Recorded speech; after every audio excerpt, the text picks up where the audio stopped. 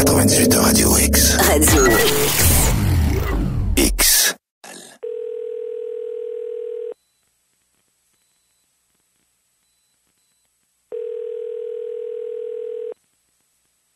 Philippe K. Dick a déjà dit, la réalité, c'est ce qui refuse de disparaître quand on a cessé d'y croire.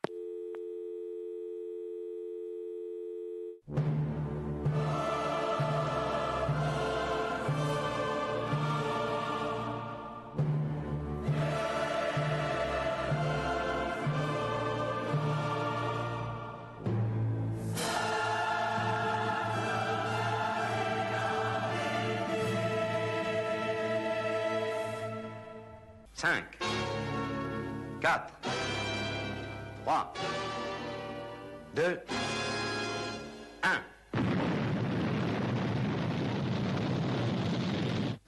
Ils sont partis.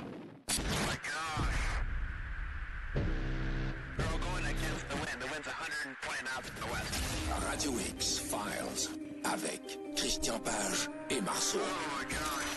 Radio X. Bon vendredi 6 novembre 2020, Christian Page, bonsoir. Salut Yannick. Je vais t'avouer qu'il était temps que ça finisse cette semaine-là, parce que je vais te dire que ça n'a pas été facile avec ce qui s'est passé chez nous en fin de semaine, passée, oui, Ouais. où un individu un peu bizarroïde, durant la soirée d'Halloween, a décidé de faire un carnage épouvantable. Et là, tu comprendras que ça a été extrêmement dur pour les gens de Québec de suivre ça. On savait pas trop ce qui se passait. On savait pas trop s'il y en avait juste un. Finalement, la bonne nouvelle, c'est qu'il a été arrêté. Et là encore, cette semaine, du drame. Faut que ça finisse. Puis, j'ai pensé à toi quand j'ai vu Donald Trump dire « Attendez un peu, là, on se fait voler l'élection. » Je me suis dit « Ouf! Christian Page, encore une fois, théorie du complot. Ah. Il va encore une fois avoir de la job pour les prochaines années. » Effectivement. Écoute, toute l'actualité dont tu parles, on a suivi ça d'ici, bien sûr, dans la région de Montréal. On avait que les yeux rivés sur la vieille capitale. Écoute, cette histoire de cet individu un peu instable qui s'en est pris à des gens dans le Vieux-Québec. Ouais. Écoute, C'est un cauchemar réveillé. C'est quand même, oui, c'est un cauchemar, puis c'est quand même surprenant parce que, tu sais, c'est drôle comment les choses sont. Bon, vendredi, on avait fait une émission justement sur l'Halloween, on parlait justement des films d'horreur, tout ça. Exact. Et puis le lendemain, Québec est le théâtre de scènes d'horreur dignes de films. C'est quand même tout à fait épouvantable. Et puis, de l'autre côté, bien sûr, tu mentionnes cette histoire d'élection aux États-Unis qui n'en finit plus de finir, finalement. Et les discours tout à fait échevelés de Donald Trump et effectivement cette déclaration depuis 2 jours, mais à plus forte raison celle d'hier soir où il accuse effectivement les démocrates de voler le vote, et etc. Même aujourd'hui, on voyait qu'il y avait dans le camp républicain, commençait à y avoir des voix un peu dissonantes qui préféraient prendre un peu du recul par rapport à tout ça. Mais mettons de côté, là, pour être sûr et certain qu'on soit tous à la même échelle, là, mettons de côté qu'il puisse avoir tort ou raison. Okay? Oui. Ces discours sont extrêmement dangereux, sachant que d'un bord comme de l'autre, la base, le fanbase de ces deux personnes-là peut être extrêmement dangereux. Là. On parle d'extrémistes qui peuvent sortir dans les rues et commencer à tout casser. Là. Ben écoute, Yannick, il y avait des images qui circulaient où on voyait des gens devant des bureaux de vote aux États-Unis avec des AK-47 autour du cou. Là. Exact. Tu sais, là, tu regardes ça, c'est comme irréaliste. Là. Tu te dis, écoute, c'est pas Beyrouth, ça, là. C'était dans des rues de Philadelphie, dans des rues de Washington. C'est complètement irréaliste, ce genre de situation. Puis, effectivement, Donald Trump ne fait que mettre de l'huile sur le feu avec des discours aussi enflammés que ceux-là. Et j'étais un peu de l'avis de tous les analystes politiques, c'est-à-dire que si le vote a été volé, et je pense aussi que sur le plan juridique, c'est également la même chose. C'est la réponse que lui ont servi d'ailleurs les juges, hein, à qui il s'est adressé, parce qu'il a dit, bon, je vais mettre ça entre les mains des tribunaux. Ouais. Et les juges lui ont dit, écoutez, pour l'instant, il n'y a pas le soupçon d'une preuve de ce que vous dites. Donc, c'est excessivement dangereux, effectivement, de tenir un discours comme celui-là avant même d'avoir la moindre preuve. Donc là, évidemment, on diabolise le Parti démocrate de manière épouvantable. Et bon, évidemment, ça fait partie des règles du jeu que si on gagne avec une mince majorité, il est normal que le président Trump demande des recomptages de votes. Ça fait partie des règles du jeu, comme je l'ai mentionné. Mais là, de l'accuser un peu comme ça, faire feu de tout bois sur les gens du Parti démocrate. Ce qui est d'autant plus surprenant, c'est que le fait qu'il remet en question le processus électoral, il faut quand même se dire que dans ce processus électoral, il y a également des gens, des gouverneurs qui ont été élus de la même façon. Tu sais, dans les États qu'il pointe du doigt. Donc là, tu dis, si tu mets et il faut quand même le dire aussi, si les votes par correspondance ou les votes par anticipation favorisent Joe Biden, ils ne sont pas 100% pour Joe Biden, tu comprends? Donc tu dis, écoute, ça veut-tu dire que les gens qui ont voté républicain dans ces conditions-là ont aussi truqué leur vote? C'est comme une absurdité, tu sais, là. Mais bon, laissons les Américains se débrouiller avec ça. Ah, puis je pense aux policiers. Tu sais, les policiers qui se disent, ouais, attendez un peu, là, c'est parce que nous, on doit veiller à la sécurité de tout le monde, mais faudrait que l'autre en haut soit un peu plus responsable dans ses propos, parce qu'il est encore président des États-Unis. Là. Oui, puis il va l'être encore pendant pratiquement 2 mois. Exact. Donc, à partir, même si demain matin, les bulletins, les scrutins donnaient pour gagnant Joe Biden, ce que je suppose qui va se produire, il faut quand même savoir que Donald Trump restera au pouvoir pendant 2 mois. Exact. Est-ce qu'à ce moment-là, il saura préparer sa sortie de manière élégante? Ou est-ce qu'il va profiter de ces 2 mois-là pour finalement donner vie à ses pires lubies? Tu sais, on peut se questionner là-dessus parce qu'on voit bien qu'aujourd'hui, avec les déclarations des dernières heures, on voit bien que cet individu-là se met au-dessus du peuple, il se met au-dessus des institutions, de ce que représente l'Amérique. Tu sais. Il est, lui, Donald Trump, moi d'abord, le peuple et l'Amérique après. Donc, que sera les 2 derniers mois de la présidence de Donald Trump? Tu sais? Mettre le feu avant de partir d'une job, ça n'a jamais été la meilleure des idées. Non, absolument pas. Ce soir, mon ami, on parle de plusieurs sujets, mais on va commencer avec le sujet principal de la soirée. C'est l'étrange affaire Travis Walton. Oui, je ne sais pas si tu connais cette histoire-là. Tu m'en as déjà parlé. OK. Si on demandait aux gens qui s'intéressent au phénomène des ovnis de nommer les 5 meilleures histoires d'ovnis qu'ils connaissent, je peux t'assurer que l'affaire Travis Walton sera du nombre. Ouais, c'est une personne qui avait été enlevée par les extraterrestres. Qui avait été enlevée par des extraterrestres. Et aujourd'hui, au moment où on se parle, à pareille date, il y a 45 ans, les autorités policières de Snowflake en Arizona étaient sur les dents. Ils étaient à la recherche de ce jeune bûcheron, début de la vingtaine, Travis Walton, qui travaillait avec 6 compagnons dans la forêt. Dans les White Mountains de l'Arizona. Et là, ses compagnons ont dit, ben voilà, Travis Walton a disparu et puis il va rester invisible pendant 5 jours. Donc, au moment où on se parle, l'affaire a débuté le 5 novembre 1975. Donc, aujourd'hui, 6 novembre, on en est à la première journée de la disparition de Travis Walton. Donc, c'est une histoire qui est considérée par les amateurs d'OVNI comme une des 5 meilleures histoires d'OVNI. Comme je l'ai toujours dit, il y a des pour et des contre dans n'importe quelle histoire. L'histoire de Travis Walton est loin d'être une histoire en béton. Il y a des failles énormes dans cette histoire-là. Il y a des éléments pour, bien sûr, mais il y a des éléments contre. Et c'est un peu ce qu'on va présenter en deuxième partie d'émission. J'ai préparé une petite capsule audio. Je sais que ça déplaît à certains, ça plaît à d'autres, mais on peut pas faire plaisir à tout le monde. Ouais. Donc, sur 20 minutes, je vais raconter cette histoire de Travis Walton, une histoire tout à fait extraordinaire, et ensuite, on analysera les pour et les contre.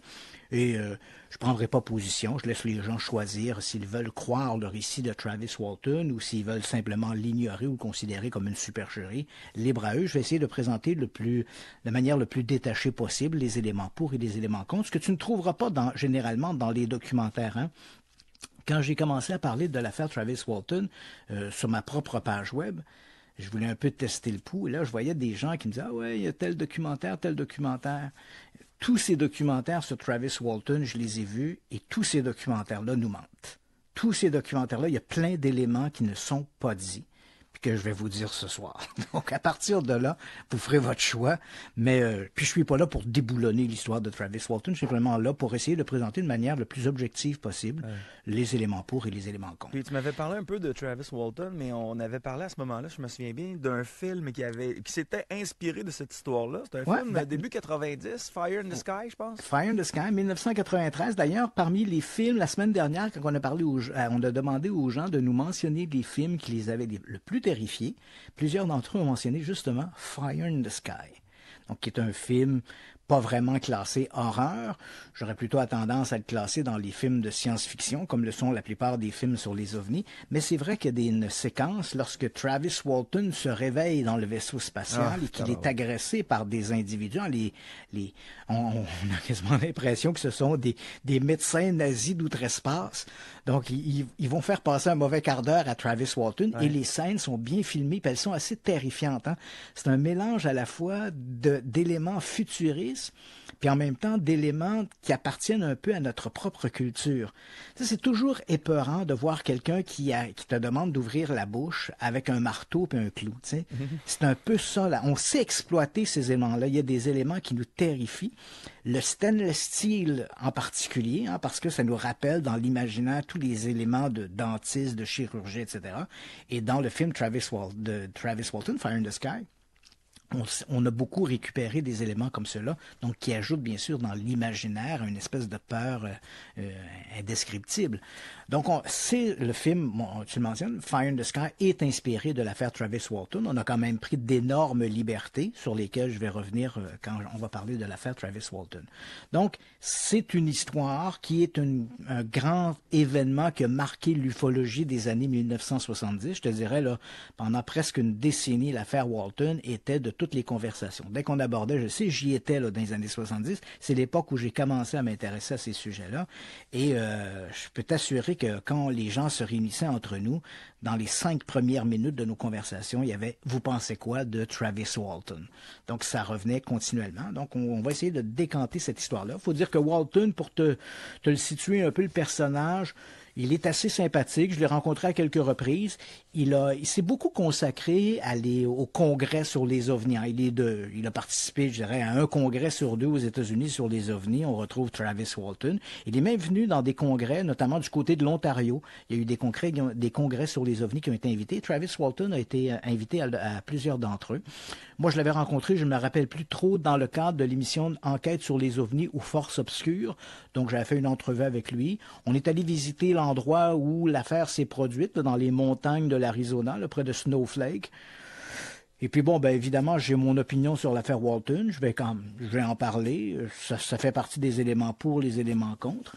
Mais c'est une très bonne histoire. Je dois t'avouer, Yannick, que si tu me demandais là, les meilleurs, sans prendre position, là, j'y crois ou j'y crois pas, mais vraiment là, parmi les bonnes histoires d'OVNI, l'affaire Travis Walton, c'est quand même quelque chose qui tient un peu le haut du pavé. Là. C'est parmi les vraies bonnes histoires d'OVNI. Ouais. Donc, on pourra en reparler.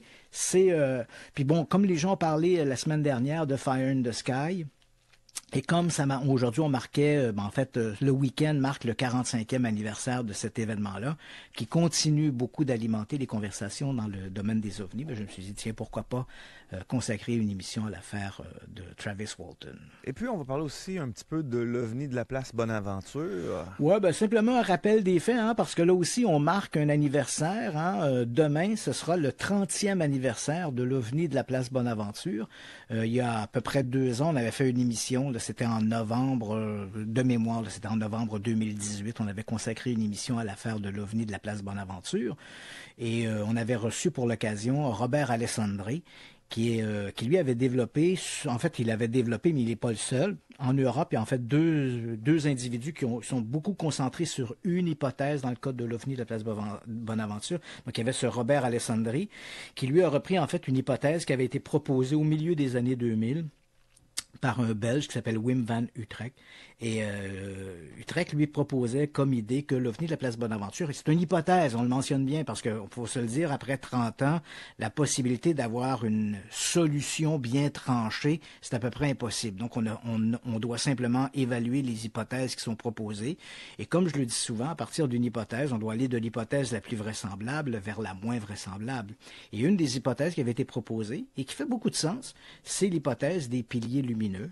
Donc ça, j'expliquerai un peu de quoi il s'agit le moment venu, là, mais qu'on parle de l'OVNI de la place Bonaventure. J'expliquerai un peu quelle est cette hypothèse, pourquoi moi je trouve que c'est une hypothèse défendable, mais je peux comprendre que les gens n'y adhèrent pas.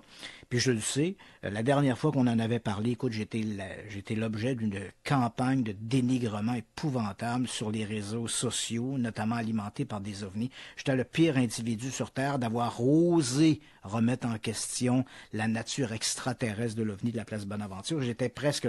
Écoute, il y avait Adolf Hitler au numéro 1, puis moi j'étais juste en dessous. Fait que bon... C'est vrai que dans ce milieu-là, il y a des ufologues qui sont tout à fait zélés du genre. C'est vrai que pour beaucoup d'entre eux, l'OVNI de la place Bonaventure, c'est un peu comme le Saint Graal. Donc, ne touchez pas à mon OVNI de la place Bonaventure. Mais je pense que les gens sont capables de réfléchir là-dessus. Puis, une hypothèse, c'est une hypothèse. On doit l'évaluer, regarder est-ce que ça correspond aux faits, puis pourquoi défendre celle-là plus qu'une autre. Puis je laisse les gens, je pense que les gens qui nous écoutent sont assez intelligents pour faire leur choix eux-mêmes, puis de décider ce qu'ils voudront bien croire. Parfait. On passe maintenant à l'actualité de la semaine. On parle de la planète Terre et de ses possibles jumelles. Et on fait beaucoup dans l'alien dans cette semaine, l'extraterrestre. Écoute, c'est pas la première fois qu'on en parle, et à chaque fois, c'est toujours des nombres un peu astronomiques. C'est combien y a-t-il de planètes qui peuvent ressembler à la Terre dans l'univers et combien de ces planètes-là peuvent-elles abriter de la vie? Et c'est vrai que c'est un débat qui fait rage, et en particulier depuis les 4 ou 5 dernières années, parce qu'on a découvert, d'abord dans un premier temps, on a découvert des exoplanètes, donc des planètes qui gravitent autour d'autres soleils. Et non seulement on a découvert des exoplanètes, ce qui est déjà franchement extraordinaire, parce que moi je me rappelle quand j'allais à l'école, ça fait très longtemps, mais quand j'étais à la petite école, on ignorait, Yannick, si le modèle de notre système solaire était un modèle courant ou si c'était une exception. Donc l'idée d'un soleil avec des planètes qui gravitent autour, quand j'étais jeune, il y en avait 9. Pluton avait encore son statut de planète, elle a été rétrogradée maintenant à planétoïde. Donc on avait un soleil et des planètes qui gravitaient autour. La logique, dans le domaine de l'astronomie, de l'astrophysique, la logique voulait que probablement il y avait d'autres étoiles avec d'autres planètes autour, mais on ne l'avait jamais observé. Ça restait hautement spéculatif. Et au cours des dernières années, avec l'avènement de télescopes spatiaux, l'avènement de nouvelles technologies dans le domaine de l'astrophysique, on a non seulement découvert qu'il y avait presque autour de toutes les étoiles susceptibles qui étaient suffisamment stables pour développer des planètes autour, la plupart d'entre elles avaient effectivement des planètes.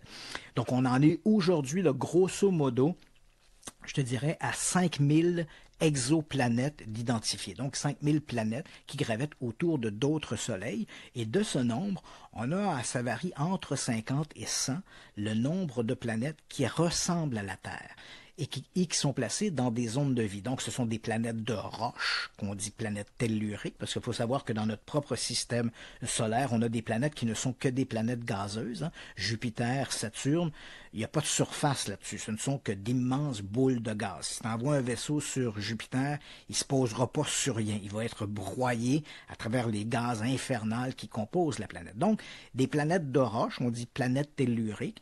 Donc, les planètes dont je te parle, des exoplanètes semblables à la Terre, ce sont bien sûr des planètes telluriques. Et pourquoi elles ressemblent à la Terre? Parce qu'elles ont à peu près la dimension de la Terre, elles ont un mouvement rotatif sur elles-mêmes. Parce qu'il faut savoir que la rotation de la Terre, elle est très importante pour le développement de la vie, parce que si c'est toujours la même face de la planète qui est devant le Soleil, évidemment, ce côté-là va surchauffer. L'eau à sa surface, s'il y a de l'eau, va s'évaporer. De l'autre côté, l'eau va demeurer trop froide et va devenir de la glace. Et pourquoi je mentionne de l'eau? Tu auras bien compris qu'une planète, si elle est dans la zone de vie, donc dans une zone pas trop près du soleil pour que l'eau s'évapore, pas trop éloignée pour que l'eau devienne de la glace, et elle doit tourner sur elle-même pour que la température se maintienne de manière assez stable sur toute sa surface. Donc on a une planète en zone de vie, et si elle est dans zone de vie et qu'il y a de l'eau, l'eau étant un des éléments essentiels à l'éclosion de la vie, telle qu'on la connaît. Hein. C'est bien important de se rappeler qu'on n'a qu'un seul modèle pour bien comprendre l'apparition de la vie et son développement, puis c'est le modèle qui est le nôtre. Puis c'est probablement ce modèle-là qui prévaut dans l'univers parce que les éléments qui composent la vie sur Terre, ce sont des éléments qui sont excessivement répandus dans le cosmos. Hein. L'hydrogène, l'oxygène, le méthane, ce sont des éléments qu'on retrouve un peu partout.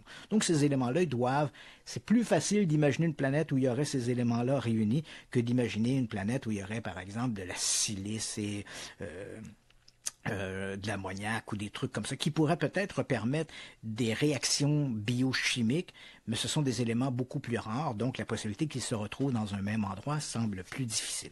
Donc on était un peu à ce niveau-là, et là, c'était la porte ouverte à toutes les spéculations. Et là, voilà que cette semaine, j'ai fait un grand détour, là, mais cette semaine, la NASA a fait une annonce qui un peu resserre cette vision-là. Et parce que quand on parle de planètes qui ressemblent à la Terre, je le comprends pour moi, pour toi et pour tous les gens qui nous écoutent. L'idée, c'est, OK, on a une planète qui ressemble à la Terre. Est-ce qu'il y a de la vie? Est-ce que cette vie-là est une vie intelligente? C'est ça la grande question. Sommes-nous seuls? Hein? C'est ça qu'on se pose comme question. Or, même si on a des exoplanètes, ça ne veut pas nécessairement dire qu'il y a de la vie. Et c'est un peu cette façon de penser nouvelle, je dirais, que la NASA a annoncé cette semaine. C'est dans un article qui sera à paraître très prochainement dans le magazine d'astronomie. Et la NASA dit, voici, ce qu'ils ont fait, ils ont fait une méta-analyse reprenant toutes les données transmises par les télescopes Kepler et Gaia, donc 2 télescopes spatiaux qui sont en orbite depuis plusieurs années. Donc, on a fait une méta-analyse de toute l'information colligée entre 2009 et 2018. Et là, à partir de là, les scientifiques ont dit, il y a quand même des étoiles qui, même si elles ont des planètes, je pense notamment tout près, l'étoile la plus proche de notre Soleil, c'est l'étoile Proxima du Centaure, qui se trouve à 4 années et demie lumière de la Terre.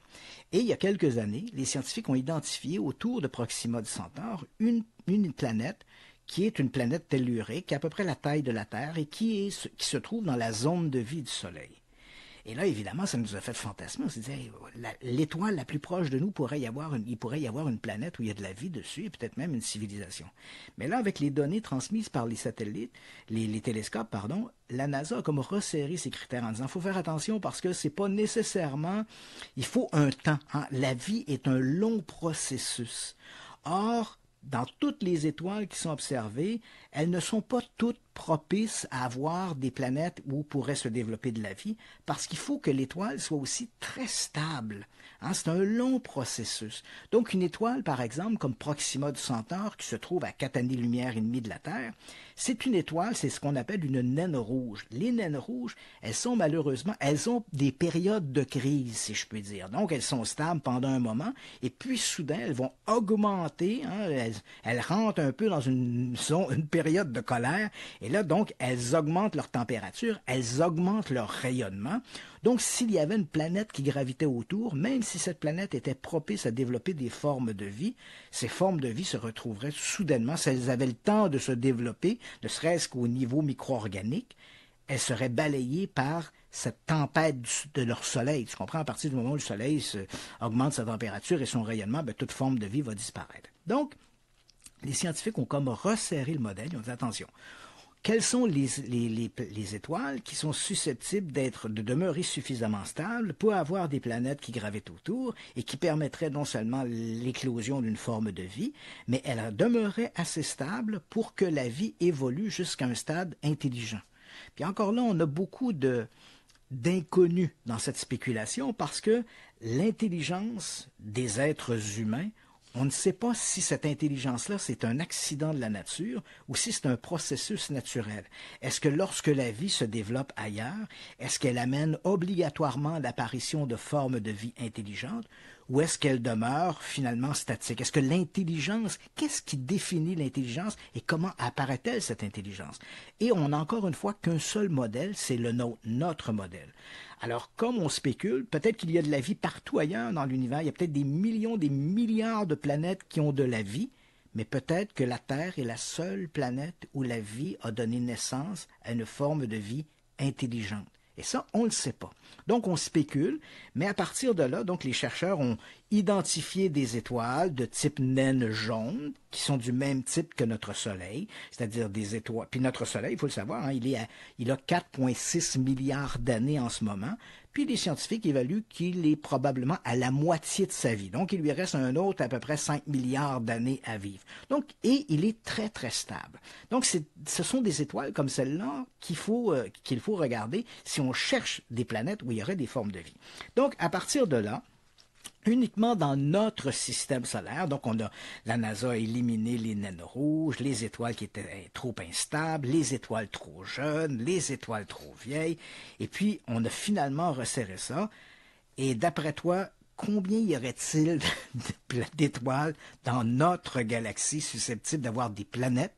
Parce on sait qu'il y a des étoiles de type naine jaune, et on estime qu'une étoile sur deux a des planètes qui gravitent autour et qui pourraient être dans la zone de vie. Alors, d'après toi, combien on en a?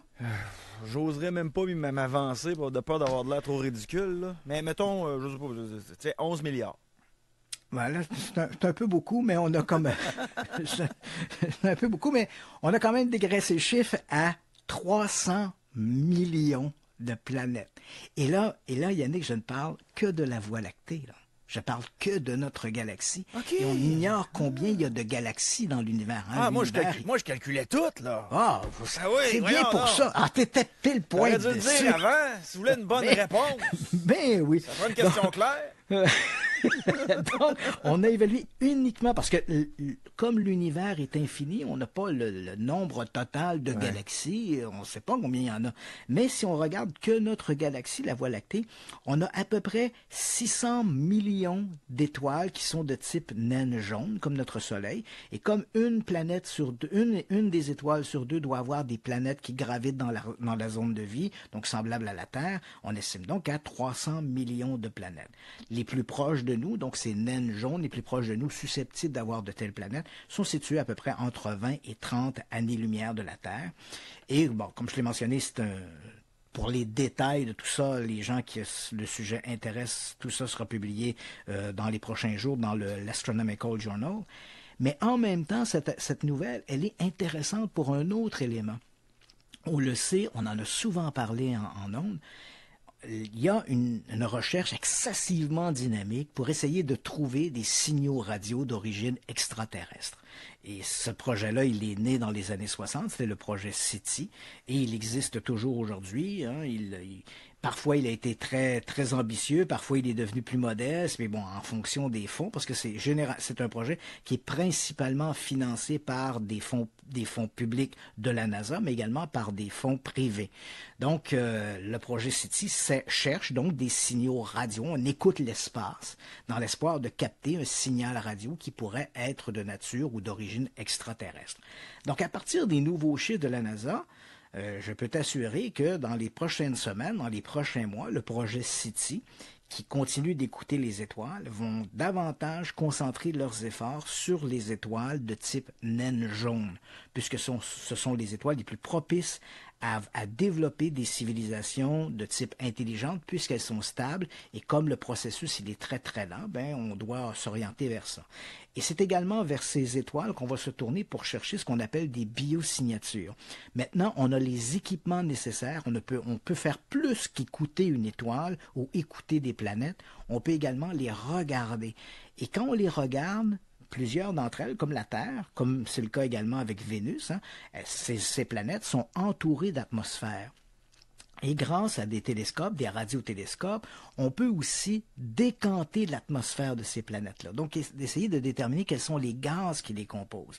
Donc, si on trouve, par exemple, une planète où il y a des variations dans ces gaz et où dans lesquels on retrouve, par exemple, beaucoup d'oxygène. Beaucoup d'oxygène, il faut savoir, à peu près saturé à 20% d'oxygène si on compare, par exemple, la vie sur la Terre. On peut essayer de découvrir s'il n'y a pas des traces de gaz qui seraient des traces qui seraient causées par de la pollution, ce qui indiquerait que sur cette planète-là, il y a peut-être une activité industrielle. Donc, s'il y a une activité industrielle, ben, tu comprends bien il faut obligatoirement qu'il y ait une civilisation qui se soit développée sur cette planète, et c'est ce qu'on appelle les biosignatures. Donc aujourd'hui, on a les équipements pour faire ça, et à partir de ces nouvelles données de la NASA, on va davantage, si on se met à la recherche de biosignatures, on va davantage chercher auprès de ces étoiles de type naine jaune. Donc on vient un peu de resserrer les éléments de cette recherche de vie extraterrestre, tant pour les signaux radio que pour les biosignatures. Et les scientifiques de la NASA se sont un peu avancés, mais ils croient que d'ici, grâce à la technologie dont on dispose, ils croient que d'ici 2030, donc c'est pas très loin, dans 10 ans, au maximum, on devrait avoir une réponse claire sur l'existence de possibles vies extraterrestres. Anna nous écrit « Bonjour Yannick et Christian, j'ai entendu Christian dire qu'un jour le soleil disparaîtra. Qu'adviendra-t-il de la Terre? » Oh, je te laisse y répondre. Anna a 12 ans, Christian. Anna, la Terre va disparaître aussi. Parce que les étoiles, quand elles disparaissent généralement de deux façons. Pas les planètes, mais les étoiles, elles disparaissent de deux façons. Elles peuvent exploser. Quand elles explosent, elles deviennent ce que les astrophysiciens appellent des supernovas. Donc, c'est une explosion. Évidemment, dans cette explosion, toutes les planètes qui gravitent autour sont emportées dans le flux de l'explosion. Donc, ça, c'est la supernova. Dans d'autres cas, les étoiles deviennent de plus en plus denses et elles vont s'effondrer sur elles-mêmes. Elles vont imploser et devenir de plus en plus denses. Et dans certains cas, même ces étoiles deviennent tellement denses qu'elles vont déformer le tissu de l'espace et créer un trou noir. Et là, bien sûr, tout ce qui gravite à proximité du trou noir va être ravalé dans le trou noir. Donc, quel que soit le sort de notre Soleil dans à peu près 5 milliards d'années, probablement qu'il va se terminer en supernova, c'est la prédiction des astrophysiciens, et s'il se termine en supernova, l'explosion va entraîner toutes les planètes qui gravitent autour.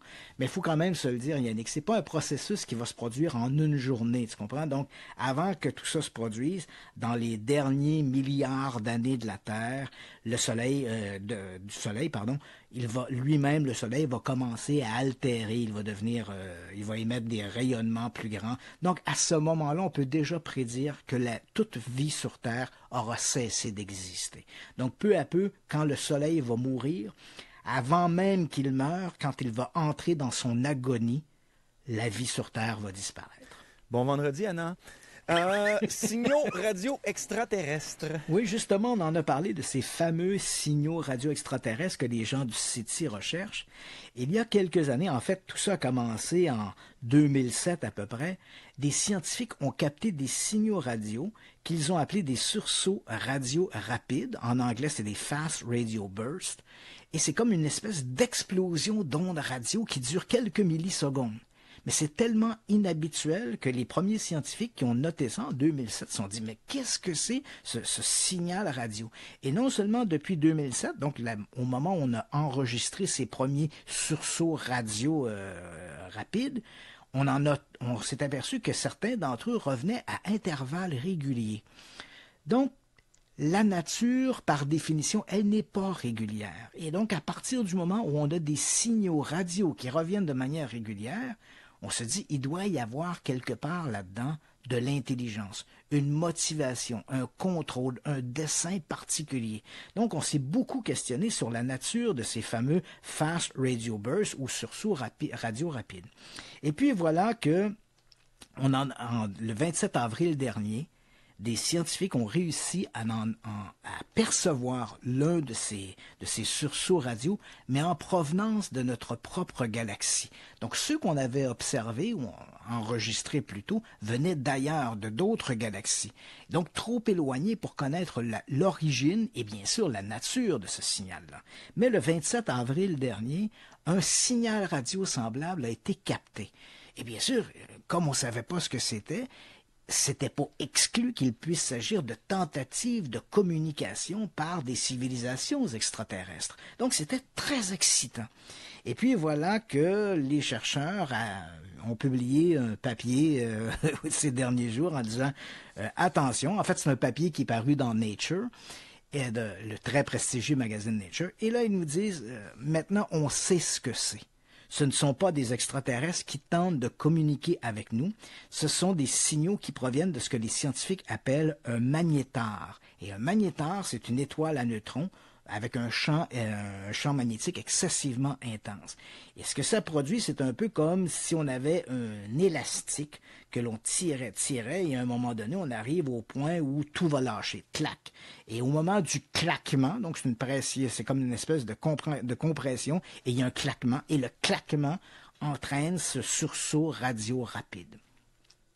Si on connaît maintenant la source du signal, on sait donc que ce n'est pas des extraterrestres qui tentent de communiquer avec nous, mais ce sont vraiment des étoiles d'un type particulier. Puis c'est amusant parce que dans les années 70, Yannick, on avait capté également des signaux qui étaient réguliers. C'était pas des sursauts radio rapides, mais c'était comme un signal radio qui pouvait durer quelques secondes puis qui s'arrêtait et qui revenait de manière régulière. Et comme je l'ai mentionné, quand c'est régulier, c'est un peu inquiétant. Hein? Inquiétant ou inspirant si tu cherches des signaux radio extraterrestres. Et on avait découvert, et c'est comme ça qu'on a découvert les pulsars. Hein, donc des étoiles qui un peu vont émettre un signal radio, un peu comme un phare qui tourne. Hein, donc tu vas te retrouver soudainement dans le faisceau de lumière du phare. Il va continuer à tourner, il va revenir. Donc les pulsars, ce sont des étoiles qui ressemblent à des phares. Et quand tu te retrouves vis-à-vis le jet de lumière, ben là tu reçois une onde radio. Et c'est comme ça qu'on a découvert les pulsars, parce qu'ils émettaient des ondes radio de manière relativement régulière. Donc ici, notre fameux sursaut radio rapide, il ressemble un peu à ça, même si la mécanique est assez différente. Et quand je dis mécanique, il faut s'entendre, les scientifiques dans cet excellent article, comme je l'ai mentionné, qui paraît dans Nature, ils mentionnent bien que maintenant, on a identifié le signal radio, on a identifié le type d'étoile qui en est la cause, mais la mécanique reste encore mystérieuse. Mais on sait maintenant, on peut exclure qu'il s'agit de tentatives de communication par les extraterrestres. Même si pendant un temps, on y a cru, c'était pas l'hypothèse favorisée par les astrophysiciens, mais elle n'était pas exclue. Hein. Les sursauts radio rapides étaient peut-être des tentatives de communication. Maintenant, on sait que c'est pas le cas. Ce qui nous ramène finalement à la grande question, a-t-on jamais reçu un signal radio d'origine extraterrestre? Malheureusement, si on élimine peu à peu tous ces signaux radio inquiétants, étranges, exotiques, ben on découvre que finalement, il ne reste pas grand-chose. Jusqu'à maintenant... Il y a le wow. Ouais, voilà, c'est... Mon Dieu, t'es donc bien éduqué, mon Yannick. Ben oui. Effectivement. Donc, on se retrouve à peu près avec une dizaine de signaux radio très intéressants. Le plus intéressant étant le signal radio WOW. Donc, je le rappelle un peu pour les auditeurs parce qu'on en a déjà parlé. On est le 15 août 1977. Ce sont des en entrant le matin au radiotélescope, on est de mémoire, je pense que c'est le radiotélescope de l'Ohio. Donc, les scientifiques rentrent et c'est un type qui s'appelle Jerry Hyman. Et en voyant, c'était l'époque où les données étaient imprimées sur du papier avec des imprimantes. Donc, il reprend tout ce paquet de feuilles de papier qui s'est empilé au pied de l'imprimante.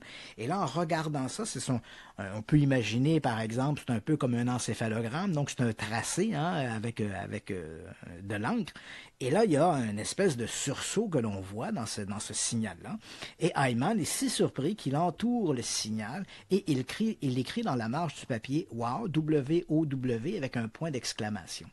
Et ce signal « Wow » va devenir le signal par excellence pour dire « On a peut-être été contacté par une civilisation extraterrestre ». Il faut quand même dire qu'on a tourné les radiotélescopes à nouveau vers l'endroit du ciel d'où venait le fameux signal noir, qu'on n'a jamais recapté à nouveau. Ça a été une expérience unique. Et d'autres hypothèses ont été avancées pour expliquer le signal noir. Certains ont dit que ça pourrait peut-être provenir d'une comète, donc un signal radio qui aurait été envoyé dans l'espace, peut-être même depuis la Terre, aurait rebondi sur une comète avant de revenir vers nous, ou un signal radio émis par une autre étoile, comme un pulsar par exemple, qui aurait pu frapper un objet en mouvement dans l'espace, un géocroiseur, et puis finalement revenir vers nous. Donc, il y a des hypothèses qui sont beaucoup moins exotiques que le signal radio extraterrestre, mais pour l'instant, le signal radio WOW garde un peu de son mystère. Je dis un peu de son mystère, et on a peut-être une dizaine d'autres signaux moins intéressants que WOW, mais quand même une dizaine de signaux pour lesquels on se creuse un petit peu la tête et qui sont peut-être des signaux radio qui pourraient, je dis bien qui pourraient être d'origine extraterrestre, mais jusqu'à maintenant, il faudrait pouvoir entendre à nouveau ces signaux-là, donc reproduire l'expérience jusqu'à maintenant, ce qui ne s'est pas fait. Donc, on est en présence de signaux qui ont été entendus de manière unique, donc et trop brefs pour pouvoir déterminer s'ils étaient envoyés de manière intelligente ou s'il y avait derrière ça quelque chose de plus soutenu sur le plan mathématique. Et on termine rapidement avec nos actualités de la semaine. On parle du monstre du Loch Ness. Le monstre du Loch Ness. Une bonne histoire ne meurt jamais. et on peut comprendre, par exemple, parce que en Écosse, le monstre du Loch Ness, pour les gens qui nous écoutent, c'est une créature, un monstre lacustre qui vivrait dans le Loch Ness, un lac qui se retrouve dans le nord de l'Écosse. Et donc depuis des siècles, parce que les premières histoires du monstre datent du Moyen Âge. Et là, donc, on a l'impression que ce monstre vit depuis 1500 ans, ou à tout le moins depuis au moins 1500 ans dans les eaux du Loch Ness. Et il faut quand même le dire, l'an dernier, il y a un scientifique, Neil Gamel, de l'Université de la Nouvelle-Zélande, l'année d'avant, donc on est en 2018, il se rend au Loch Ness, et Gamel va prendre des échantillons d'eau du Loch Ness pour faire ce qu'on appelle une analyse de l'ADN environnemental. Donc, dans tous les êtres vivants polluent d'une certaine façon leur environnement, parce qu'on perd des morceaux de peau, parce qu'on urine, parce qu'on défecte. Donc, on va éventuellement contaminer notre environnement. Et la science permet aujourd'hui, donc, à partir d'un échantillonnage d'un environnement, de déterminer les animaux qui vivent dans cet environnement-là. Donc, 2018, Neil Gamel, de l'Université Otago, en Nouvelle-Zélande, comme j'ai mentionné, se rend au Loch Ness, prend des échantillons d'eau et va faire, donc, des analyses de ça. Et puis, été 2019, donc l'an dernier, il annonce ses résultats. Malgré tous les échantillons d'eau qu'il a pris dans le Loch Ness, il n'a pas trouvé d'animaux inconnus. Donc, toutes les références ADN, toutes les signatures ADN qu'il a pu voir là-dedans correspondent toutes, à des animaux identifiés, connus de la zoologie. Et ce qui a surpris Neil Gamel, c'est qu'il y avait notamment une forte prépondérance d'ADN d'anguilles. Donc, il y a beaucoup plus d'anguilles dans le Loch Ness qu'on le croyait. Les riverains le savaient, là. Donc, les gens qui vivent sur le bord du Loch Ness savent qu'il y a beaucoup d'anguilles dans le Loch Ness. Mais Neil Gamel lui dit, il y en a beaucoup plus que vous pensez. Et donc, ces anguilles, dont les tailles peuvent parfois peut-être atteindre 3, 4, 5 mètres de long, bien peut-être que ces anguilles, il y aurait des types d'anguilles qui pourraient atteindre des tailles presque géantes et pourraient alimenter. Puis quand je dis géante, entendons-nous, on parle de 4 mètres, pas quelque chose de 30 mètres. Là. Et ces anguilles, donc, pourraient surprendre un pêcheur ou un individu en bateau sur le Loch Ness et donner naissance ou alimenter les récits du monstre du Loch Ness. Mais Neil Gamel est catégorique et la preuve scientifique, elle est irréfutable, indiscutable. Il n'y a pas d'animaux inconnus dans le Loch Ness. Point barre. Donc le monstre du Loch Ness, c'est ça. Et pourtant, une bonne histoire ne meurt pas parce qu'il faut quand même savoir que l'industrie touristique de cette région de l'Écosse repose beaucoup sur... Et c'est sûr qu'en 2020, le tourisme a été un petit peu plus chancelant et on le comprend. C'était comme ça partout ailleurs. Mais c'est vrai que l'industrie touristique vit beaucoup avec le monstre du Loch Ness. Il injecte quand même dans l'industrie locale quelque chose comme 200 millions de dollars.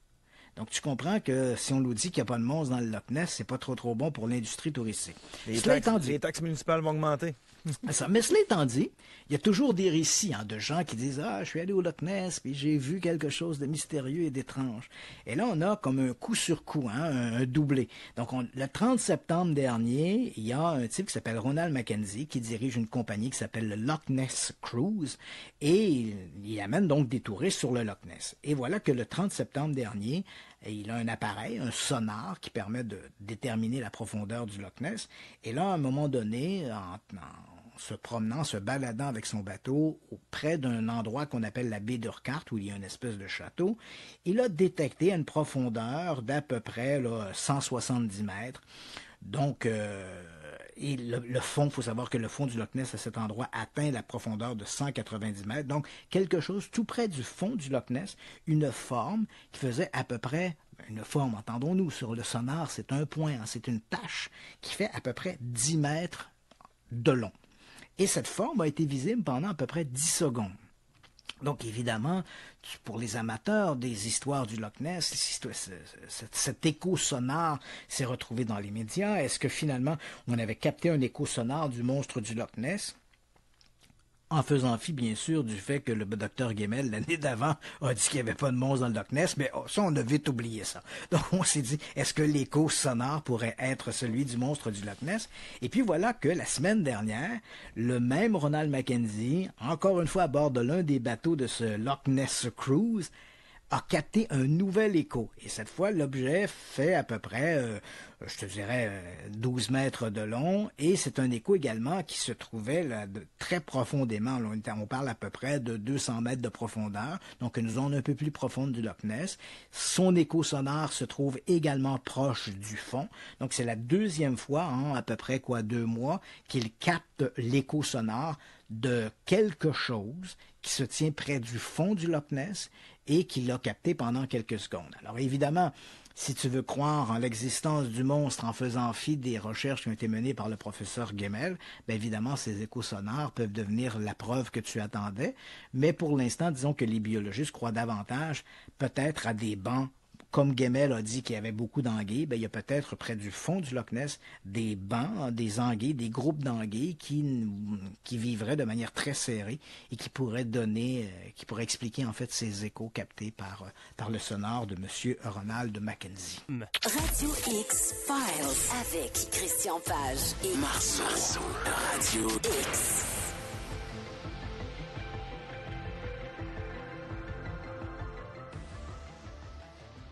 Aujourd'hui, reste qu'une étrange apparition s'est manifestée au-dessus de l'hôtel Hilton Bonaventure au centre-ville pendant plusieurs heures en soirée. Plus d'une centaine de personnes en ont été témoins. Sophie Thibault nous en dit plus long. Ce genre de phénomène lumineux, des milliers de gens à travers le monde y ont été confrontés. Hier soir, pendant plus de 3 heures, plus d'une centaine de personnes à la piscine de l'hôtel Bonaventure Hilton ont eu la surprise de leur vie. Au-dessus de la piscine trônait une sorte de plafonnier lumineux à la hauteur des nuages. On fête le 30e anniversaire demain, mon cher Christian. Donc, il y a 30 ans, l'OVNI de la place Bonaventure fascinait le Québec entier. Absolument. Et on vient d'entendre d'ailleurs le bulletin de nouvelles de TVA qui était le lendemain des événements, donc le 8 novembre 1990. Et Sophie Thibault, qui est aujourd'hui la chef d'antenne, à l'époque était journaliste, c'est elle qui avait couvert cet événement. Donc je rappelle un peu pour les plus jeunes, parce que comme tu le dis, c'est un événement qui est vieux de 30 ans. Ce soir-là, donc on est le 7 novembre 1990. Il faut savoir qu'au centre-ville de Montréal, il y a la place Bonaventure et l'hôtel Hilton qui fait partie du bâtiment. Et que sur la terrasse de l'hôtel Hilton, qui n'est plus maintenant aujourd'hui un hôtel Hilton, mais qui est encore l'hôtel, on l'appelle l'hôtel Bonaventure, mais il ne fait plus partie de la chaîne Hilton. À l'époque, donc, il y avait cette piscine qui est toujours là, que les usagers peuvent utiliser 12 mois par année. Donc, le soir du 7 novembre, on a une température là, qui est à peu près tout près du point de congélation au sol, et les vents sont calmes, tout ça, il y a un plafond nuageux, donc une température relativement agréable pour un 7 novembre. Et donc, voilà, les gens, en regardant le ciel, il est à peu près 19h, en regardant le ciel, ils voient cette espèce, comme le dit si bien Sophie Thibault dans son reportage, une espèce de plafonnier. Donc, on a plusieurs lumières de couleur ambre, et de ces lumières ambres sont projetées des espèces de faisceaux lumineux qui sont dirigés vers le sol. Donc, les gens sont très surpris de ça. C'est la curiosité, on en parle autour. Éventuellement, on va contacter les services de la police de Montréal, qui vont envoyer une autopatrouille. Les policiers qui arrivent sur place. Il faut dire que c'est pas vraiment un mandat. Hein. La vraie histoire, Yannick, il faut savoir que le patrouilleur n'a pas été mandaté à l'hôtel Bonaventure parce que son chef lui a demandé de le faire, mais parce que des gens qui connaissaient lui ont dit « Hey, il paraît qu'il y a un truc bizarre à l'hôtel Bonaventure ». Donc, c'est un peu de son propre chef qui décide de se rendre sur place. Donc, il arrive sur place, il informe quand même son supérieur, il arrive sur place, au moment où il débouche sur la terrasse, il voit le phénomène. Bien sûr, lui, il est là pour prendre un constat, puis là, tout d'un coup, il voit le phénomène, il en informe ses supérieurs qui vont débarquer à leur tour. Éventuellement, on se dit dit, bon, c'est quand même très curieux, on va contacter les aéroports de Dorval et de Mirabel. Il faut savoir à l'époque que l'aéroport de Mirabel était en fonction. On n'y a absolument rien sur les éco-radars. On s'interroge, à ce moment-là, le mille de la Gauchetière, là où se trouve le Centre Bell aujourd'hui, il était en construction.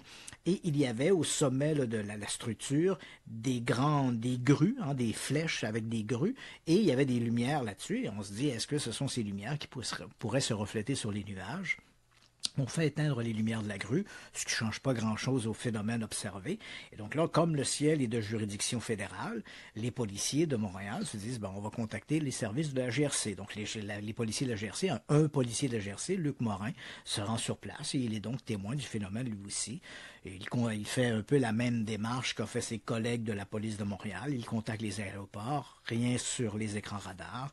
Donc à ce moment-là, il fait un compte-rendu des événements et puis vers à peu près 21h30, le phénomène est de moins en moins visible, il disparaît, il est statique, il ne bouge pas et le phénomène devient de moins en moins visible, étant ainsi bien que à 20h30 à peu près, à 22h30 à peu près, la foule commence à se disperser parce que le phénomène n'est plus visible. Donc cet événement-là, c'est ce qu'on appelle l'OVNI de la place Bonaventure. Et donc, demain, on soulignera le 30e anniversaire de cet événement-là. Est-ce qu'on a expliqué cet événement-là? Il faut bien comprendre, Yannick, qu'avec 30 ans de recul, on ne peut pas avoir une solution tranchée. Dire, oui, c'est sûr que c'était ça. On ne le sait pas vraiment. Néanmoins, on peut quand même reprocher aux gens, il y a 30 ans, on avait une espèce de crème savante quand même au Québec. Là, on en a des gens instruits et éduqués là, au Québec, des astrophysiciens, des spécialistes de la météorologie, etc., etc. Donc des gens qui avaient des connaissances, une formation académique pour essayer de s'asseoir et de dire, OK, qu'est-ce qu'on a vu, qu'est-ce que les gens ont vu, et est-ce qu'on peut essayer de trouver des explications ou à tout le moins évoquer des hypothèses, avancer des hypothèses. C'est pas ça qui s'est produit. Parce que c'était associé aux ovnis, ces gens-là se sont empressés de déclarer à la presse toutes sortes des bêtises, n'ayons pas peur des mots, des bêtises. Ils disent, ça devait être la planète Mars, mais la planète Mars n'était même pas dans cette région-là du ciel. Un autre dit, ça devait être une aurore boréale, mais il faut savoir qu'une aurore boréale, même par temps clair ou du centre-ville de Montréal, c'est à peu près impossible à voir. Et ce soir-là, il y avait une couche nuageuse qui faisait à peu près 1500 mètres d'épaisseur. Donc tu comprends, c'est à peu près impossible. Tu as 4000 pieds de nuages, tu ne verras pas l'aurore boréale à travers les 4000 pieds de nuages. Donc, on peut éclipser ça. Donc, tu vois, on a avancé tout ça. Puis là, évidemment, il y a certains qui disent, c'était les reflets des lumières de la grue du mille de la Gauchetière sur les nuages. Malgré le fait que les policiers ont fait éteindre ces lumières, et ça, c'est mentionné noir sur blanc dans le rapport. Et il faut savoir également que le phénomène ne s'est pas comporté comme des lumières sur les nuages. Parce que des lumières sur le nuage, Yannick, pour donner une comparaison, c'est un peu comme si tu prends une lampe de poche et tu l'amènes vers un écran blanc. Plus tu vas t'approcher de l'écran blanc, plus ton faisceau lumineux va devenir concentrique et brillant. Or, ce soir-là, la couche nuageuse est descendue sur Montréal. Au début de la soirée, elle était à peu près à 1500 mètres d'altitude et en fin de soirée, elle était à peu près à 1100 mètres, donc il y a 400 mètres de différence. Donc, au fur et à mesure où les nuages descendaient sur Montréal, les lumières, si c'était un reflet sur les nuages, les lumières auraient dû être plus brillantes et plus visibles. Or, c'est tout à fait l'inverse qui se produit. Les lumières deviennent de moins en moins brillantes et à un moment, elles disparaissent. Elles semblent se volatiliser.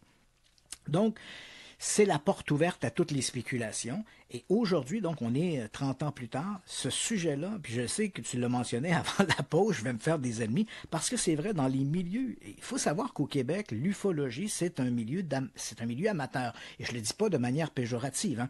Il n'existe qu'un seul organisme dans les pays occidentaux qui est professionnel, entre guillemets, qui est de l'État, qui est supporté par l'État et financé par l'État pour enquêter sur les ovnis.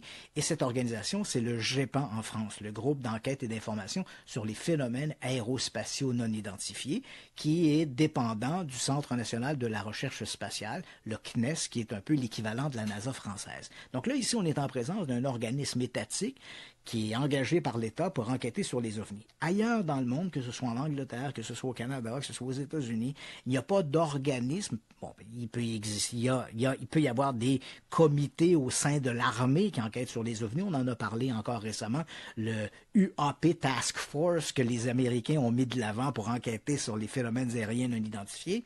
Mais ça, c'est au sein de l'armée, c'est au sein de la US Navy. Mais sur le plan civil, les enquêtes sur les ovnis sont livrées à des organisations amateurs, donc ce sont des gens qui se pognent aux tripes. Tu sais, on s'intéresse aux ovnis, ça me prend aux tripes, moi j'aime ça, les ovnis. Ça. Et pour ces gens-là, bien souvent, l'OVNI de la place Bonaventure, c'est un peu comme le Saint Graal. C'est wow. Et pourquoi le Saint Graal? Parce que c'est une observation qu'il y a ce que moi j'appelle le préjugé favorable. Dans une observation d'OVNI, on a tendance à croire que si les témoins sont des policiers, si les témoins sont des pilotes, si les témoins sont des médecins, c'est plus crédible. Hein? Ce sont des gens qui ont des professions qui jouissent d'un aura extraordinaire et on se dit que ces gens-là doivent être de meilleurs observateurs. Mais c'est tout à fait faux. C'est ce qu'on appelle le préjugé favorable. C'est faux. Les recherches qui ont été menées tant par le GEPA en France que toutes les autres recherches d'analyse cognitive montrent que devant l'inconnu, ton cerveau, mon cerveau, celui des policiers ou celui des pilotes est exactement pareil. Il fonctionne exactement de la même façon. Si tu ne sais pas ce que tu regardes, tu ne peux pas savoir à quelle distance il est, sa grosseur, sa dimension. Tout ça, c'est zéro. Donc, quand les gens nous disent « Oui, il y avait des policiers qui étaient sur place », même si c'était des policiers, même s'ils disaient « J'ai l'impression que l'objet était à 800 mètres, il était peut-être à 9000 mètres ou il était peut-être à 80 mètres, tu ne le sais pas. Tu ne sais pas ce que tu observes, donc tu ne sais pas ce que tu vois. » Donc, il y a un préjugé favorable, mais ce préjugé favorable, il est tout à fait artificiel, il n'est pas fondé. Mais c'est vrai que dans l'OVNI de la place Bonaventure, écoute, on a un pilote qui est sur place qui dit « À mon avis, ça doit être à peu près à 10 000 pieds. » Hey, un pilote qui dit ça. Dans le fond, on le sait bien, là. Techniquement, ce témoignage-là vaut absolument... Le témoignage, il est bon pour dire « j'ai vu quelque chose », mais les estimations de distance, d'altitude, tout ça, on le sait que ça ne tient pas la route. Exactement la même chose avec les agents de la GRC, les policiers de la GRC ou les policiers de la Ville de Montréal. Leurs estimations, taille, dimension, altitude, tout ça, il faut prendre ça avec un grain de sel.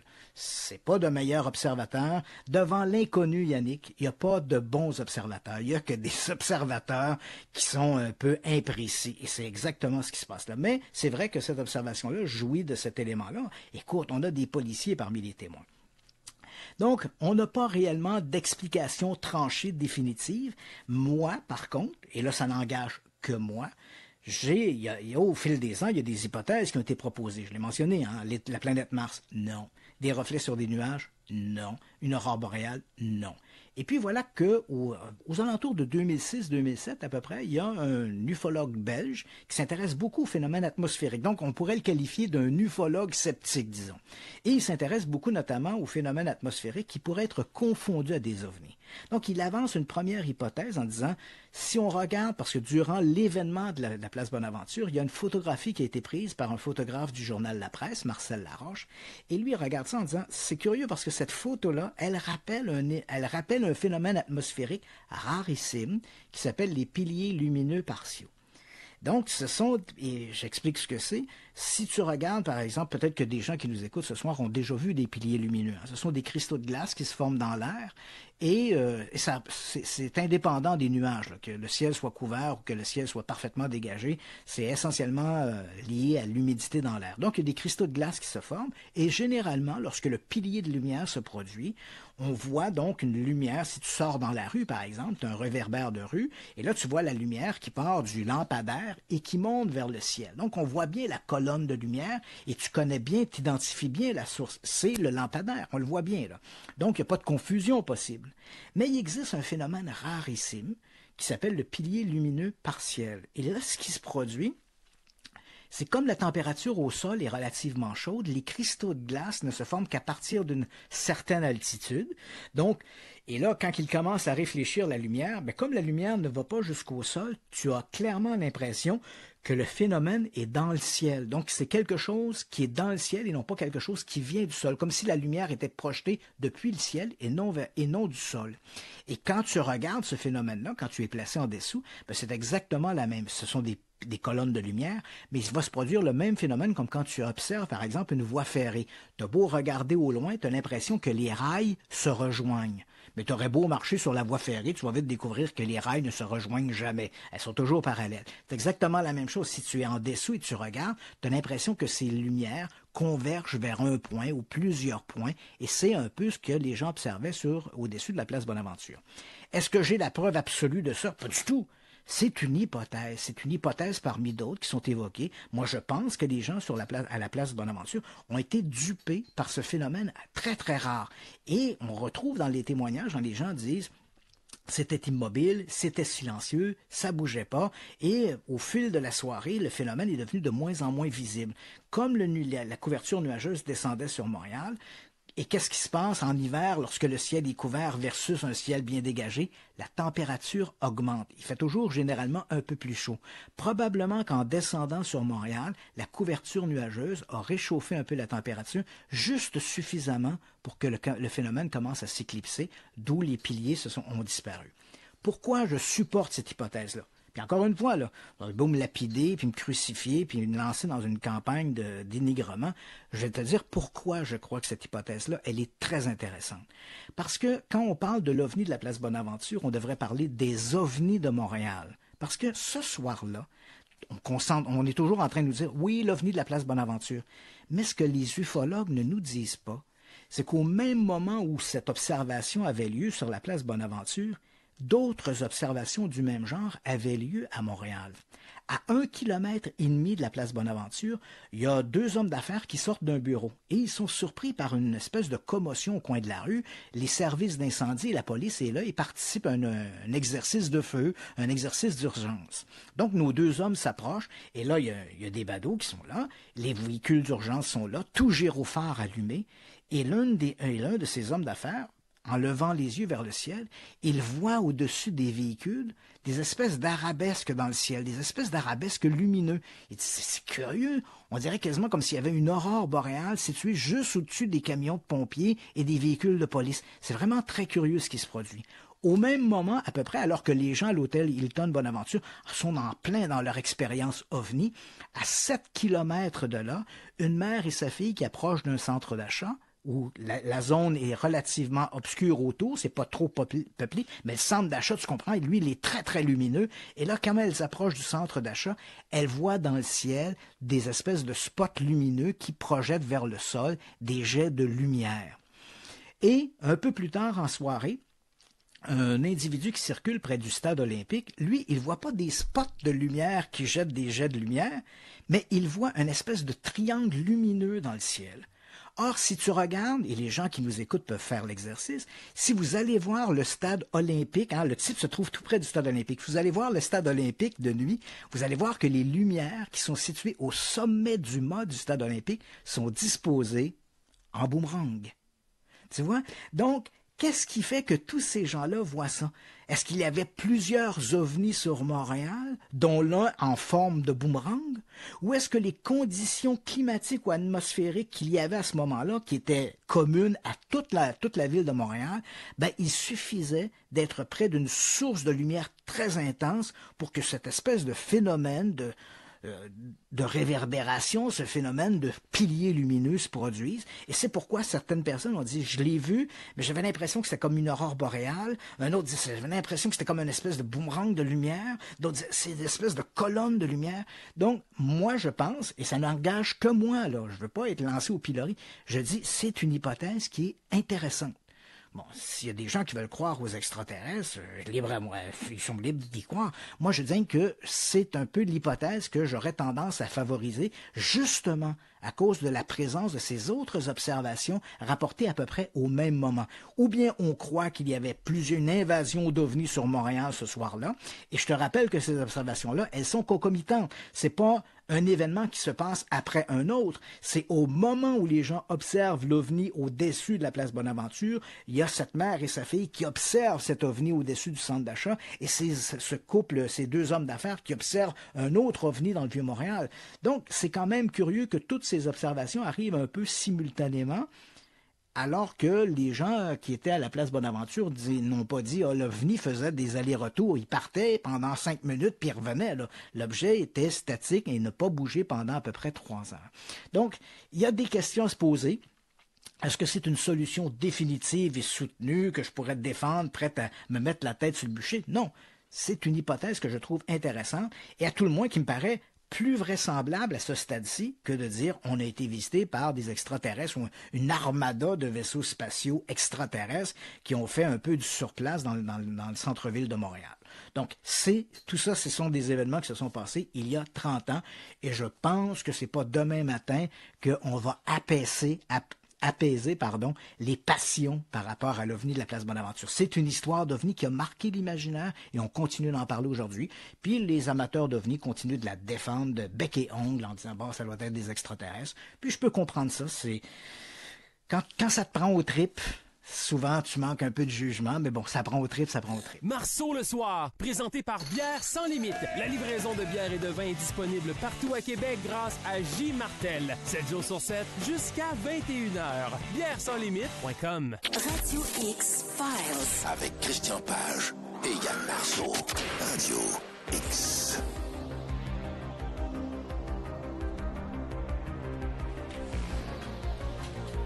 On est maintenant rendu au segment où on parle de l'étrange affaire Travis Walton. Un film qui a été fait puis qui a fait beaucoup jaser dans le temps. On en a parlé d'ailleurs tantôt, là, au début des années 90. Tu m'as dit 1993, Fire in the Sky.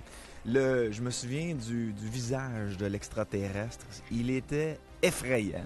Oui, et puis écoute, je peux... Ça me fait plaisir de te dire ça, Yannick, parce que je sais que je vais certainement faire saliver quelques auditeurs. Le petit bonhomme d'argile, tu comprends, avant de faire les créatures dans le film Fire in the Sky, on a demandé à des artistes, à quoi ils vont ressembler nos extraterrestres. Et je reviendrai sur le pourquoi on n'a pas pris une description exactement comme celle de Travis Walton. Donc, on a refait des extraterrestres. Et le petit bonhomme d'argile, en fait, qu'on a fabriqué et à partir duquel on va développer les costumes et l'animatronique autour de ces créatures-là, il fait partie de ma collection personnelle. J'ai le petit bonhomme d'argile chez moi qui a servi de modèle aux extraterrestres dans le film Fire in the Sky, qui est un excellent film. Tu sais, si on regarde ça à la base, là, un film de soucoupe volante extraterrestre, d'enlèvement, sans aller chercher plus loin, sans essayer de dire, OK, tel point, c'était pas comme ça dans le récit de Travis Walton. C'est un film, et le film, l'objectif du film, c'est de divertir les gens. C'est pas un documentaire, On avait fait la même chose, par exemple, je me rappelle les critiques par rapport à, on en a déjà parlé à l'émission La Bête du Gévaudan. On a fait un film que moi je trouve excellent, qui s'appelle Le Pacte des loups, en s'inspirant de La Bête du Gévaudan. Vraiment. Et je me rappelle que les puristes de l'histoire ont dit, ouais, mais c'est pas comme ça, La Bête du Gévaudan, elle était pas aussi grosse que ça. Donc, il y a toutes sortes d'éléments de discussion. Oui, mais l'auteur du film, Le Pacte des loups, Christophe Gans, je crois, Gans n'a pas essayé de faire un documentaire sur la Bête du Gévaudan. Il a fait un film en s'inspirant de la Bête du Gévaudan, puis évidemment, il a pris des libertés avec l'histoire. C'est exactement la même chose avec Fire in the Sky. En français, c'est OVNI, l'ultime rencontre. Les auteurs ont pris des libertés par rapport au scénario original, ou en fait, au récit de Travis Walton. Je reviendrai un peu plus tard pourquoi on a pris ces libertés-là. Mais sans plus tarder, voici l'une des meilleures histoires des ovnis. Qu'on y croit ou qu'on y croit pas, c'est quand même une histoire extraordinaire. Voici l'histoire de Travis Walton.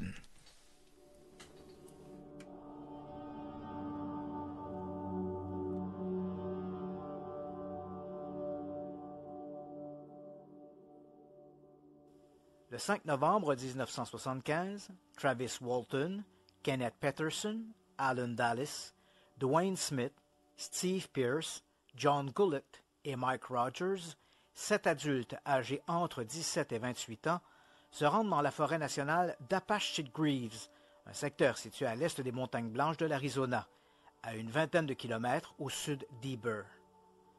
Tous habitent la ville de Snowflake, située un peu plus au nord. Ils travaillent dans un chantier d'abattage en un lieu appelé Turkey Springs, sous la direction de Mike Rogers, qui est aussi le meilleur ami de Travis Walton. Depuis 9 ans maintenant, Rogers agit comme sous-contractant pour le Service américain des forêts. En ce mercredi ensoleillé, ils doivent mettre les bouchées doubles.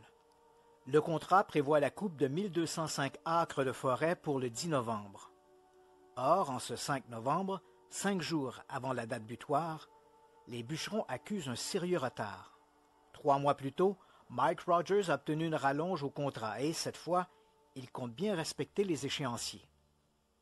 Vers 18 heures, les hommes chargent leur équipement dans la camionnette, celle de Mike Rogers, et se remettent en route pour Snowflake. Le groupe roule depuis quelques minutes lorsque Walton remarque, entre les arbres, une lueur rougeâtre.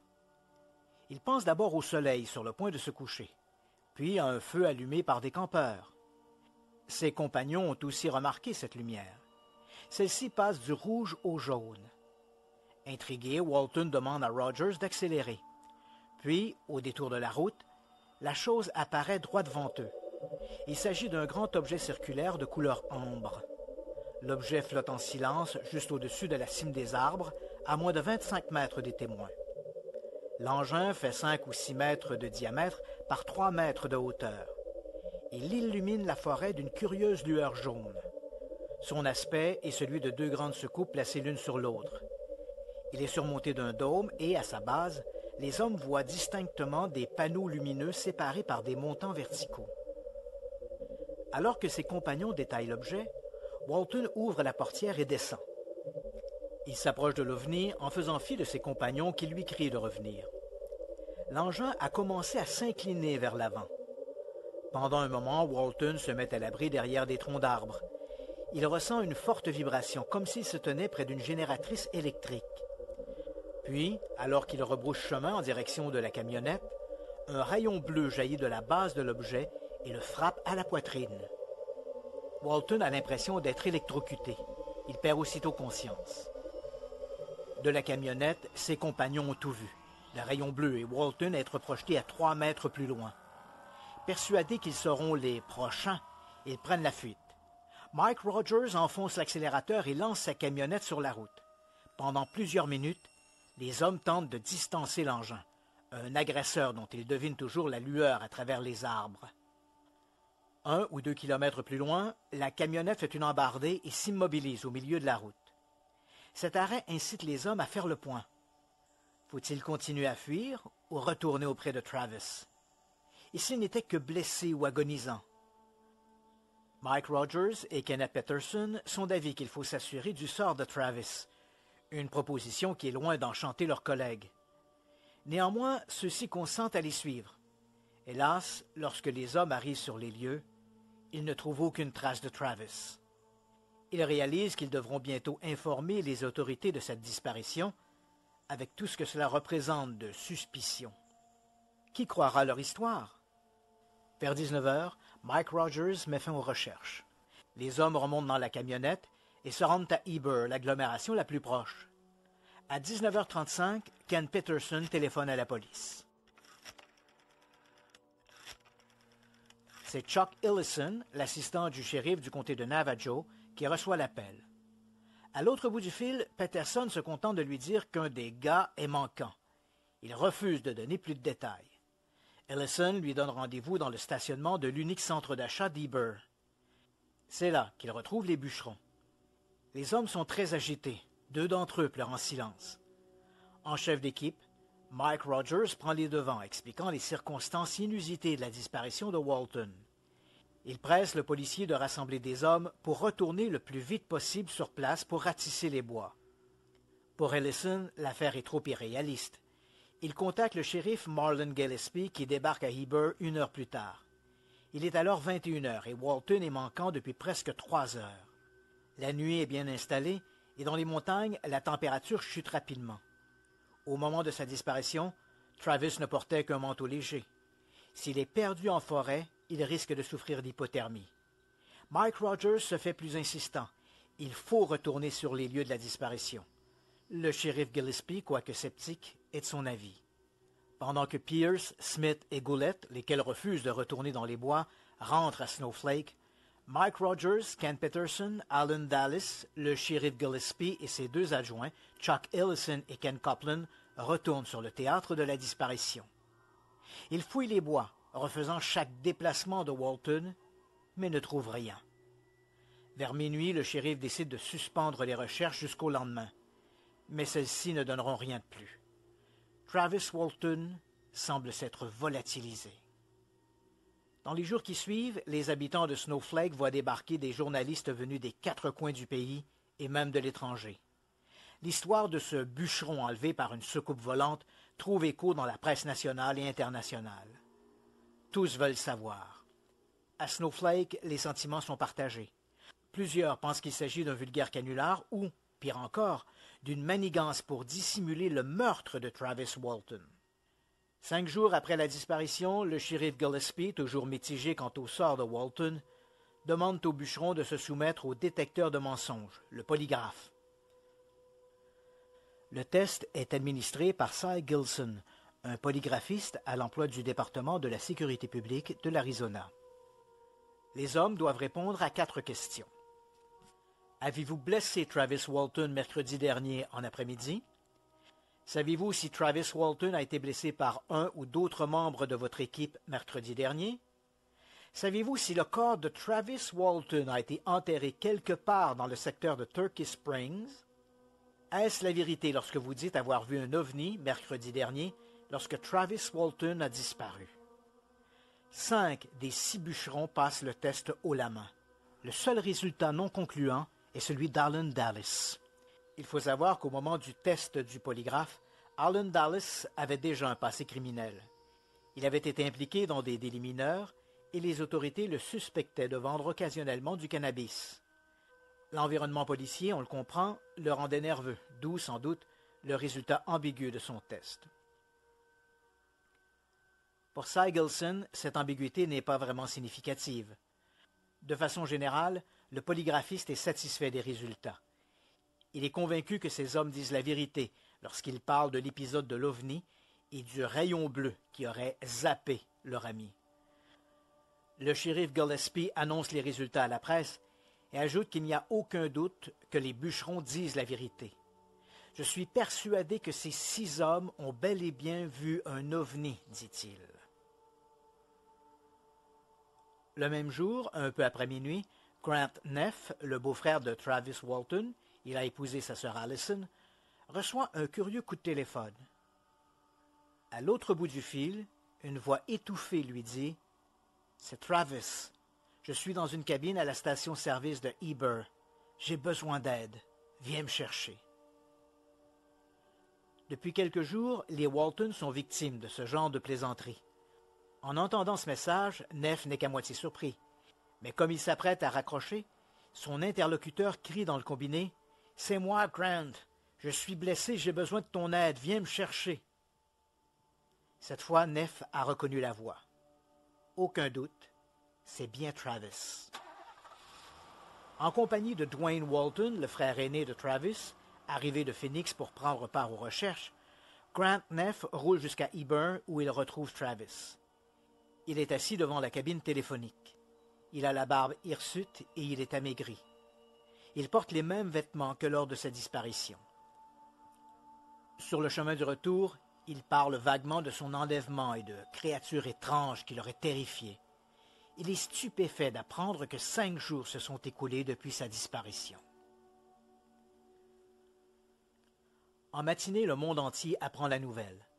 Travis Walton est de retour.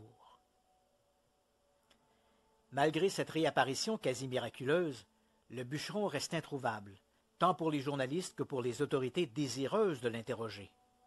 En fait, avec son frère Dwayne, Travis a quitté Snowflake aux aurores pour se rendre à Phoenix, en Arizona, à 3 heures de route. Quelques jours plus tôt, durant l'absence de Travis, Dwayne a été contacté par un certain William Spaulding, le directeur du Ground Saucer Watch, un organisme d'enquête sur les ovnis basé à Phoenix. Spaulding a expliqué que, advenant le retour de Travis, son groupe pourrait apporter un support logistique et médical important. C'est pour rencontrer ce Spaulding que les frères Walton ont décidé de s'éloigner de Snowflake. Leur enthousiasme est vite refroidi. Le médecin que leur recommande Spaulding, le docteur Lester Stewart, est un praticien patenté qui a obtenu son diplôme par correspondance. Déçus, les frères Walton songent à rentrer à Snowflake lorsqu'ils reçoivent un appel de Coral Lorenzen. Avec son mari Jim, Coral dirige l'Aerial Phenomena Research Organization, ou APRO, une autre association qui se dédie à l'étude des ovnis. De sa résidence de Tucson, en Arizona, Coral Lorenzen propose aux frères Walton de les retrouver à Phoenix. Elle les met de facto en contact avec les docteurs Joseph Saltz, un médecin généraliste, et Howard Kendall, un pédiatre. Les 2 praticiens rencontrent Travis le même jour à la résidence de Dwayne, en banlieue de Phoenix. Le jeune bûcheron ne présente aucune trace physique de son aventure, ni plaie, ni ecchymose. Il ne porte qu'une petite marque rougeâtre derrière le coude droit, comme celle laissée par une aiguille hypodermique. Autre curiosité, malgré sa perte de poids, près de 3 kilos, ses urines ne contiennent aucune trace d'acétone. En temps normal, une perte de poids liée à une carence alimentaire, comme on peut le supposer dans le cas de Travis, est accompagnée d'une augmentation d'acétone dans l'urine. Pas dans ce cas-ci. Le lendemain, le shérif Gillespie se présente au domicile de Dwayne Walton, où Travis continue de se terrer. Le policier est plutôt agacé par ce jeu de cache-cache. Si cette disparition était légitime, pourquoi cette cavale? Travis lui explique que ce ne sont pas les autorités qu'il cherche à fuir, mais les journalistes. Une excuse qui ne convainc Gillespie qu'à moitié. Il propose à Walton de se soumettre, comme ses compagnons, au test du détecteur de mensonges. Travis accepte sans hésiter. Hélas, un imbroglio fera que ce test n'aura jamais lieu. Le jour suivant, à l'initiative de Coral Lorenzen, Walton retrouve James Harder, un professeur d'ingénierie à l'Université de Californie à Berkeley. Harder a placé sous hypnose de nombreux témoins du phénomène OVNI pour raviver leur mémoire. Il croit pouvoir faire de même avec Travis Walton. C'est ainsi que pour la première fois, Travis Walton raconte officiellement les événements qui ont suivi son étrange rencontre dans les bois des Montagnes Blanches de l'Arizona. Après le rayon bleu, raconte Walton, il s'est évanoui. Lorsqu'il a repris ses esprits, il était étendu sur une table dans une pièce semblable aux salles d'examen des hôpitaux. Il était encore habillé, mais sa veste et son chandail avaient été retroussés par-dessus ses épaules pour mettre à nu son torse. Un étrange appareil métallique était placé sur lui, reliant ses aisselles à son thorax. En tournant la tête, il les a aperçus. Des créatures humanoïdes qui se tenaient de chaque côté de la table, une à gauche et deux à droite. Elles mesuraient environ 1,50 m et portaient une combinaison d'une seule pièce, brun orangé. Elles étaient chauves et leur tête était disproportionnée par rapport au reste de leur corps. Leurs traits étaient grossiers comme ceux des fœtus. Leur peau avait la couleur de l'ivoire et leurs yeux, semblables à ceux des chats, étaient démesurés. Ce n'est qu'en voyant ces créatures que Travis a réalisé qu'il devait être à bord de ce vaisseau aperçu dans la forêt. Choqué par ce troublant spectacle, et malgré un état d'épuisement extrême, le bûcheron a sauté en bas de la table. Comme les créatures avançaient dans sa direction, il s'est emparé d'un cylindre transparent d'environ 45 cm de long, posé sur une étagère, et a commencé à le balancer devant lui. Les créatures ont levé les mains comme pour se protéger. Walton a remarqué qu'elles avaient 5 doigts à chaque main, mais aucun ongle. Puis, comme répondant à un signal silencieux, les créatures ont fait volte-face et ont quitté par une porte située de l'autre côté de la pièce. Pendant un moment, Walton est resté là, immobile, à reprendre son souffle. Il est ensuite sorti en empruntant le même passage. Il a débouché sur un corridor aux murs courbes qu'il a suivi sur quelques mètres. Il s'est retrouvé à l'entrée d'une pièce pour le moins surprenante. À l'intérieur, il n'y avait qu'un fauteuil monté sur un pied central. Les accoudoirs étaient munis de boutons et de manettes. Lorsque Walton s'est approché de la chaise, il a remarqué que la lumière environnante se tamisait et que le plancher, les murs et le plafond devenaient translucides. À travers les parois, il pouvait voir l'espace et les étoiles, comme s'il s'agissait d'une projection analogue à celle présentée dans les planétariums. Une autre porte s'est ouverte et un visiteur est entré. Il n'avait rien à voir avec les créatures observées plus tôt. Son aspect était celui d'un homme. Il avait de longs cheveux blonds et ses traits étaient agréables. Il mesurait environ 1,80 m et portait une combinaison bleue, très moulante, révélant une musculation impressionnante. Sur sa tête, un casque de verre était posé. L'inconnu s'est approché de Walton et l'a saisi gentiment, mais fermement, par le bras gauche pour l'entraîner dans une pièce voisine où ils sont restés de longues minutes. À l'autre extrémité, une porte s'est enfin ouverte et Walton et son guide ont pénétré dans une autre pièce en descendant une rampe. Cet espace était immense et baigné d'une lumière vive. En se retournant, Travis a constaté qu'il venait de descendre d'un engin identique à celui observé dans la forêt. L'objet reposait à même le sol du hangar. Un peu plus loin, 2 autres objets légèrement différents reposaient eux aussi directement sur le sol. Rapidement, l'homme en combinaison bleue a conduit Walton dans une chambre accessible par un long corridor. À l'intérieur, 3 êtres semblables attendaient. Il y avait 2 hommes et une femme. Comme leurs compagnons, ils portaient eux aussi une combinaison bleue moulante. Leurs traits étaient tous très semblables, comme s'ils étaient frères et sœurs. Contrairement au guide, ils ne portaient pas de casque. Ses occupants ont forcé Walton à s'étendre sur une table. La femme lui a ensuite placé sur le visage un masque rappelant ceux des anesthésistes.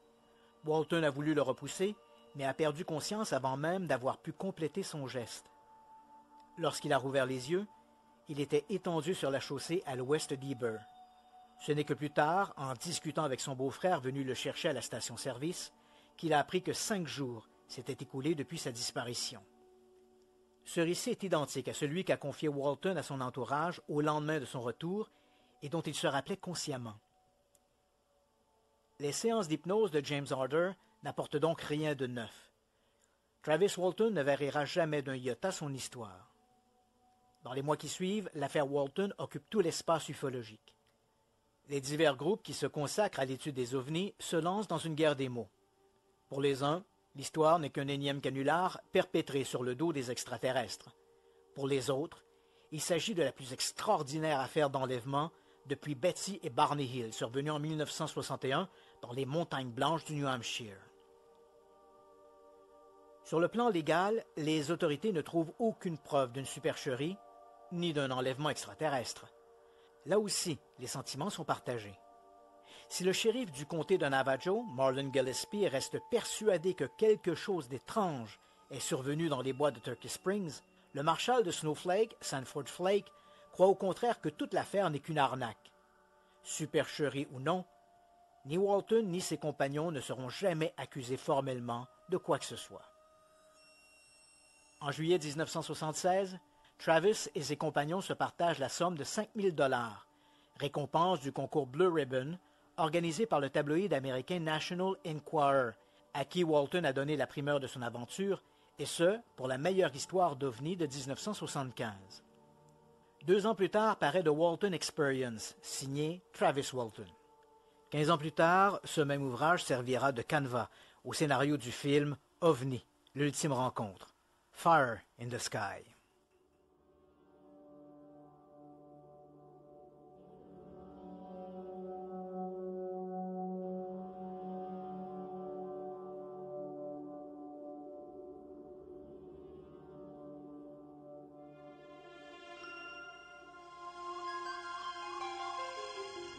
How does it think? What makes it move? Why does it breathe?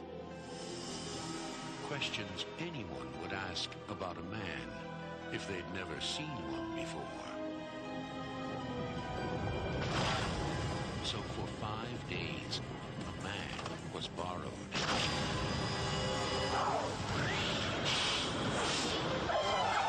The story that Travis Walton and 5 other witnesses told was so unbelievable, so unimaginable, that it has become the most famous case of UFO abduction ever reported.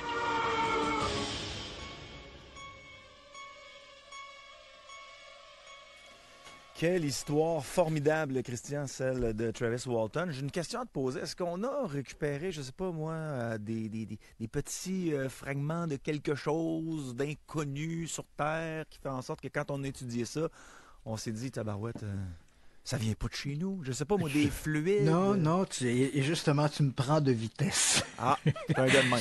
Écoute, on va commencer avec les... Et là, je prends pas position. Tu comprends? J'essaie de t'apporter... j'ai enquêté sur cette affaire-là. J'ai rencontré Walton. J'ai rencontré les policiers qui étaient là. Je suis allé sur place. J'ai pris un peu le pouls des gens de Snowflake, ce que les uns en disent, ce que les autres en disent. je te présente un peu le pour et le contre, parce que généralement, les documentaires qui ont été faits sur Travis Walton te présentent que le pour sans te montrer le contre. Et c'est vrai que n'importe quel argument, si je te donne un élément pour, si tu es sceptique, tu pourras dire « oui, mais… » Tu comprends? Et si je te donne un élément contre, tu pourras dire « oui, mais… » Bon, tout se justifie. On va toujours trouver le moyen de justifier n'importe quoi. Donc, on commence par les éléments pour. Hein. Si tu écoutes cette histoire-là, quels sont les éléments qui sont fort intéressants? Bon, d'abord, il faut quand même retenir qu'on n'a jamais trouvé une preuve explicite qui permet de dire c'est une fraude. On l'a pas, cet élément-là. Donc, tu peux croire que c'est une fraude, le prouver en est une autre. Il n'y a jamais eu non plus un aveu de fraude par les gens qui étaient, ni par Walton, ni par les gens qui étaient autour de lui, ni même par des gens qui connaissaient ces gens-là. C'est-à-dire que la famille élargie ou des amis, des blondes personne d'entre eux n'est sorti au cours de ces 45 ans pour dire « Ah ah, on m'a fait une confidence, l'affaire Walton est un canular, c'est pas arrivé ». On a également un récit unanime, hein, donc on est 7 personnes, incluant Travis Walton, et ces 7 personnes vont raconter un récit qui se tient, qui est un récit qui est identique, et que ces gens-là vont maintenir entre eux. Hein, donc 45 ans plus tard, ces gens-là ont maintenu exactement le même récit. Et là, tu me diras, ben ouais, mais c'est des amis, puis non, justement, les gens qui formaient ce groupe de bûcherons, alors on est toujours dans les éléments pour, les gens qui forment ce groupe de bûcherons, on parle de 7 bûcherons, incluant Travis Walton, un d'entre eux avait rejoint l'équipe 2 jours plus tôt. C'est un inconnu au bataillon, le type qui s'appelle Dwayne Smith. Lui, il a rejoint le groupe 2 jours plus tôt parce qu'il y avait une petite annonce dans le journal qui disait « On cherche des bûcherons ». Fait qu'il est allé s'engager. Donc, c'est difficile d'imaginer que tu vas monter un canular énorme en introduisant dans le groupe un individu que tu connais à peine. L'un d'entre eux, Alan Dallis d'ailleurs, qui est un autre des bûcherons, lui, il avait un contentieux avec Travis Walton. Il l'aimait pas, puis ils se sont jamais aimés. Et ce fameux Alan Dulles, c'est celui d'ailleurs qui a échoué le test du polygraphe, mais échoué, disons, qui avait des anomalies dans son test, qui fait que Cy Wilson, le type qui a passé le test du polygraphe, qui était d'ailleurs un professionnel, hein, il n'y a pas de doute, la personne qui a passé le test du polygraphe, c'est un top niveau. Et c'est lui qui dit, ben voilà, sur les 6 bûcherons, 5 d'entre eux ont passé le test haut la main. Le 6e, Alan Dulles, ben là, c'est plus controversé. Mais, comme je l'ai mentionné dans mon narratif, c'est vrai qu'Alan Dulles avait été accusé avec quelques petits vols à gauche et à droite, vol de voiture, avait trafiqué un peu vendait un peu du cannabis. Donc, le fait qu'il se retrouve au poste de police, puis qu'on commence à y poser des questions, c'est sûr que ça rend plus nerveux. Parce qu'il faut se rappeler qu'un test du polygraphe ne détecte pas les mensonges. Même si on appelle ça un détecteur de mensonges, ce qu'il fait, c'est il lit les réactions physiologiques que l'on a devant certaines questions, et là, il calcule, au moment de poser cette question-là, est-ce que le rythme cardiaque a augmenté, est-ce que la sudation était plus grande, bon, etc., etc. Ce sont ces troubles qui seront interprétés comme étant, est-ce qu'il dit la vérité ou est-ce qu'il ment? C'est sûr qu'Alan Dulles Alan Dulles se retrouve dans un environnement qui lui est plutôt hostile. Donc, il va pas échouer le test, mais il le passe pas nécessaire. C'est plutôt ambigu. Mais les 5 autres le passent parfaitement, et sur les 5, ben, il y en a un qui s'est joint au groupe tout récemment. Moi, je peux te dire, Yannick, pour avoir fait suffisamment d'émissions de type policier, là, les tueurs de l'occulte, les enfants assassins, moi, je peux te dire que quand une personne passe un test du détecteur de mensonges, puis il l'échoue ou qu'il le réussisse, c'est très significatif pour les policiers. Si tu passes un test de détecteur de mensonges, puis tu l'échoues, je peux t'assurer que les policiers vont être sur tes bottines. T'sais. Si tu le réussis, en revanche, tu vas voir la pression diminuer. Même si c'est pas reconnu devant les tribunaux, les policiers mettent énormément de crédit dans le test du détecteur de mensonges. Qu'une personne réussisse à passer un test comme celui-là, ça peut aller. Il y en a des gens qui sont d'excellents menteurs puis qui ont trompé les tests du polygraphe. On pense par exemple, si on regarde dans les tueurs en série, ben, il y en a plusieurs qui ont passé le test du polygraphe puis ils l'ont réussi. T'sais. Mais que 5 personnes réussissent le test du polygraphe, c'est pratiquement impossible. ou bien ces gens-là disent la vérité, ou il y a quelque chose qui fonctionne pas, le polygraphe marche pas. Parce que déjà, passer un test du polygraphe, c'est très difficile. Tromper le polygraphe une fois, c'est une chose, mais que 5 personnes réussissent à le tromper, ça, c'est quelque chose de très particulier. Et comme je te l'ai mentionné, un d'entre eux, Alan Dulles, n'était pas un ami de Travis Walton, donc on comprend pas pourquoi toutes ces années. Puis il faut que je te dise que Alan Dulles a été, on le mentionne jamais dans les documentaires, mais au cours des années qui ont suivi, je sais que c'est pas gentil de dire ça, mais Alan Dulles s'est retrouvé à plusieurs reprises en faux avec la loi et il a été arrêté. On parle des années 80 ou 90. Et à chaque fois, on l'a questionné sur des histoires de crimes, ou bien il a reconnu sa culpabilité, ou il a même inclus dans certains cas certaines personnes qui auraient commis des crimes avec lui, mais à chaque fois où il a été questionné sur l'affaire de Travis Walton, il a toujours maintenu que ça s'était passé comme il l'avait raconté. Donc, puis Alan Dulles, comme je l'ai mentionné, c'était pas le chummy de Travis Walton. Donc, si on peut sérieusement se poser une question là-dessus, il faut quand même retenir que ces gens-là n'ont pas été témoins de l'enlèvement de Travis Walton. Ils ont vu un ovni, puis ils ont vu un jet de lumière qui aurait apparemment frappé Travis Walton. C'est tout ce qu'ils ont vu. Donc, il faut quand même maintenir que le test du polygraphe ou leur récit ne concerne qu'une partie de l'événement, donc le premier épisode, la rencontre avec l'ovni. Le reste, l'enlèvement, ce qui s'est passé ensuite, tout ça, ils en ont absolument aucune idée. Ensuite de ça, comme je l'ai mentionné, l'individu qui a passé le test du polygraphe, le polygraphiste, Cy Gilson, qui travaillait pour le département de la sécurité publique de l'Arizona, c'est un top niveau. Donc ici, il n'y a pas de questionnement. Là. Je ne peux pas dire, ouais, mais le type est un peu flou. Un peu comme on l'avait mentionné il y a quelques semaines quand on avait parlé de l'enlèvement de ces 2 pêcheurs à Pascagoula. C'est vrai que l'un d'entre eux, Charles Hickson, avait passé un test du polygraphe, puis il l'avait réussi. Mais on pouvait, par la suite, on a appris que le type qui avait passé le test du polygraphe avait trouvé un peu sa licence dans une boîte de Cracker Jack. Là. Tandis qu'ici, Cy Gilson, on n'a pas de questionnement là-dessus. Il faut savoir aussi que plus tard, après son retour, j'ai mentionné dans le narratif qu'on avait organisé, que le policier, le shérif Marlon Gillespie avait organisé une séance pour que Travis Walton passe un test du polygraphe, mais ça ne s'est pas produit. Néanmoins, Walton a passé un test du polygraphe. Il l'a passé avec son frère Dwayne et également sa mère, Mary Collette, parce qu'on suspectait que c'était sa mère qui l'avait caché pendant 5 jours. C'était l'argumentaire policier. Walton n'a pas été enlevé, il s'est en allé chez sa mère, puis elle l'a gardé dans sa cave pendant 5 jours, puis après ça, il a raconté cette histoire-là. Donc, Travis, son frère Dwayne et sa mère, Mary Collette, ont passé également un test du polygraphe qui a été administré par un type qui s'appelle George Pfeiffer, qui était un technicien dans une compagnie d'assurance de Phoenix, et ils ont passé le test. Donc ça, là-dessus aussi, pas trop de problème. On a également dit, je me rappelle, il y a un sceptique américain qui s'appelle Philip Klass, qui faisait partie de l'association des sceptiques aux États-Unis et qui était vraiment un chien là, contre tout ce qui était sur les ovnis. Hein. C'était vraiment un bulldog, il creusait, puis il trouvait toutes sortes d'éléments. Et ce Philip Klass a dit à un moment donné, il dit, c'est un canular, et la raison première du canular, c'est parce que Mike Rogers, comme je l'ai mentionné dans le narratif, Mike Rogers avait signé un contrat avec le Bureau des forêts américain, le département des forêts, et il devait couper un certain espace, un certain nombre d'acres de boisés, et 5 jours avant, il était clair qu'il n'arriverait pas à remplir son contrat. Et comme il avait déjà demandé une extension au contrat, Philip Klass a dit, ben voilà, ça tombe, quel bon hasard, 5 jours avant la date butoir, Travis Walton se fait enlever par des extraterrestres. Et les policiers vont empêcher les gens de retourner à l'endroit. Donc, ça donne une excellente excuse à Mike Rogers pour dire au bureau des forêts, dire, ben écoutez, j'ai pas pu couper mes arbres parce que la police nous empêchait d'avoir un accès sur les lieux, sinon on aurait réussi. Donc, tu comprends, il se trouve une bonne excuse. Mais en fait, Philip Klass nous mène en bateau parce qu'il y a un ufologue américain, Jim Spicer, qui a vérifié cette information-là et il a découvert, en fait, que jamais c'est vrai que Mike Rogers n'a pas réussi à remplir le contrat, mais jamais Il a demandé une extension au Bureau des forêts, mais jamais il a évoqué l'affaire de Travis Walton ou l'enlèvement de Travis Walton. C'était des contrats avec le Bureau des forêts. C'était un contrat qui était assez complexe, avec toutes sortes de petites clauses qui permettaient justement des extensions.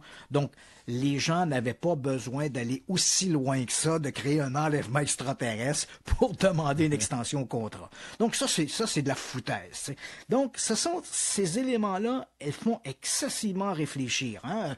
Le test du polygraphe, le fait que pendant 45 ans, ces gars-là ont tous maintenu la même histoire, même si certains ne veulent plus en parler. Hein? Alan Dulles, par exemple, si tu l'interroges sur l'affaire Walton, il veut pas en parler.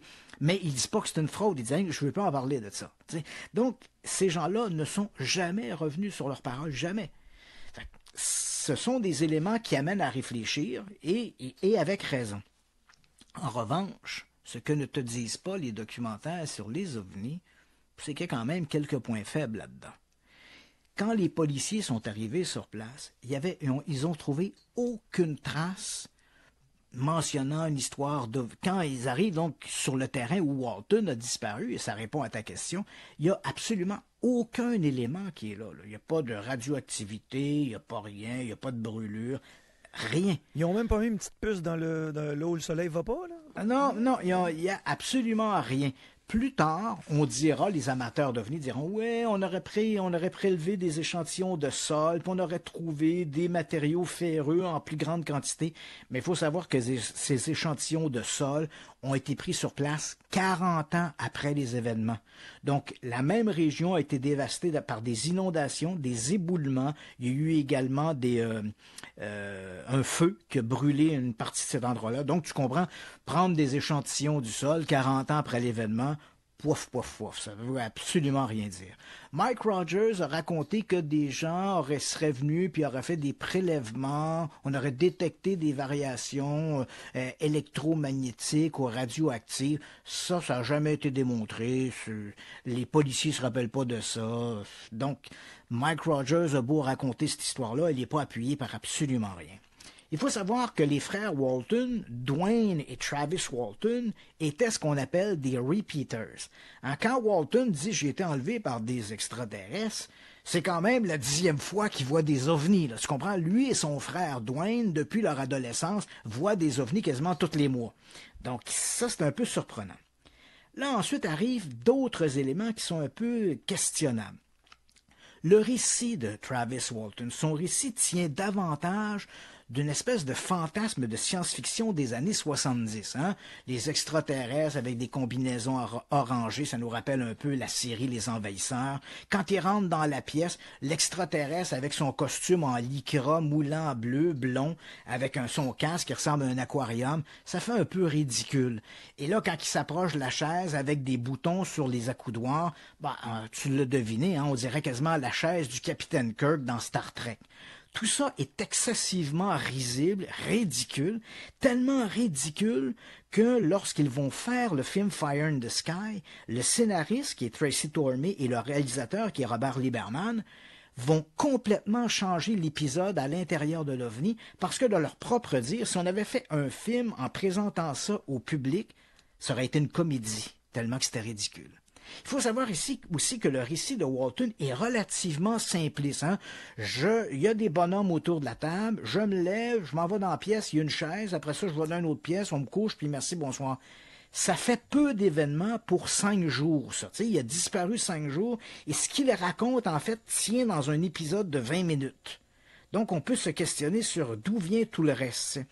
Ensuite, quand Walton dit, il va beaucoup insister dans son récit en disant... Il y avait ces extraterrestres, il y avait d'étranges yeux, des yeux de chat. Il va mettre beaucoup d'emphase sur les yeux des extraterrestres. Or, curieusement, cette histoire d'yeux, très omniprésent, c'est exactement la même chose qu'on retrouve dans le récit de Betty et de Barney Hill, dont on a déjà parlé à l'émission, qui, elle aussi, cette histoire-là, a été adaptée pour la télévision dans un film qui s'appelle The UFO Incident. Or, The UFO Incident a été présenté à la télévision 2 semaines avant que Walton raconte son enlèvement. Et bon, tu t'en prends ce que t'en veux.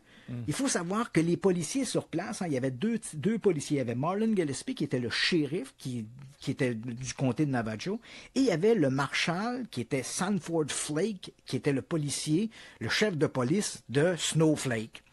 Ces deux hommes-là n'ont jamais été convaincus de l'histoire de Travis Walton.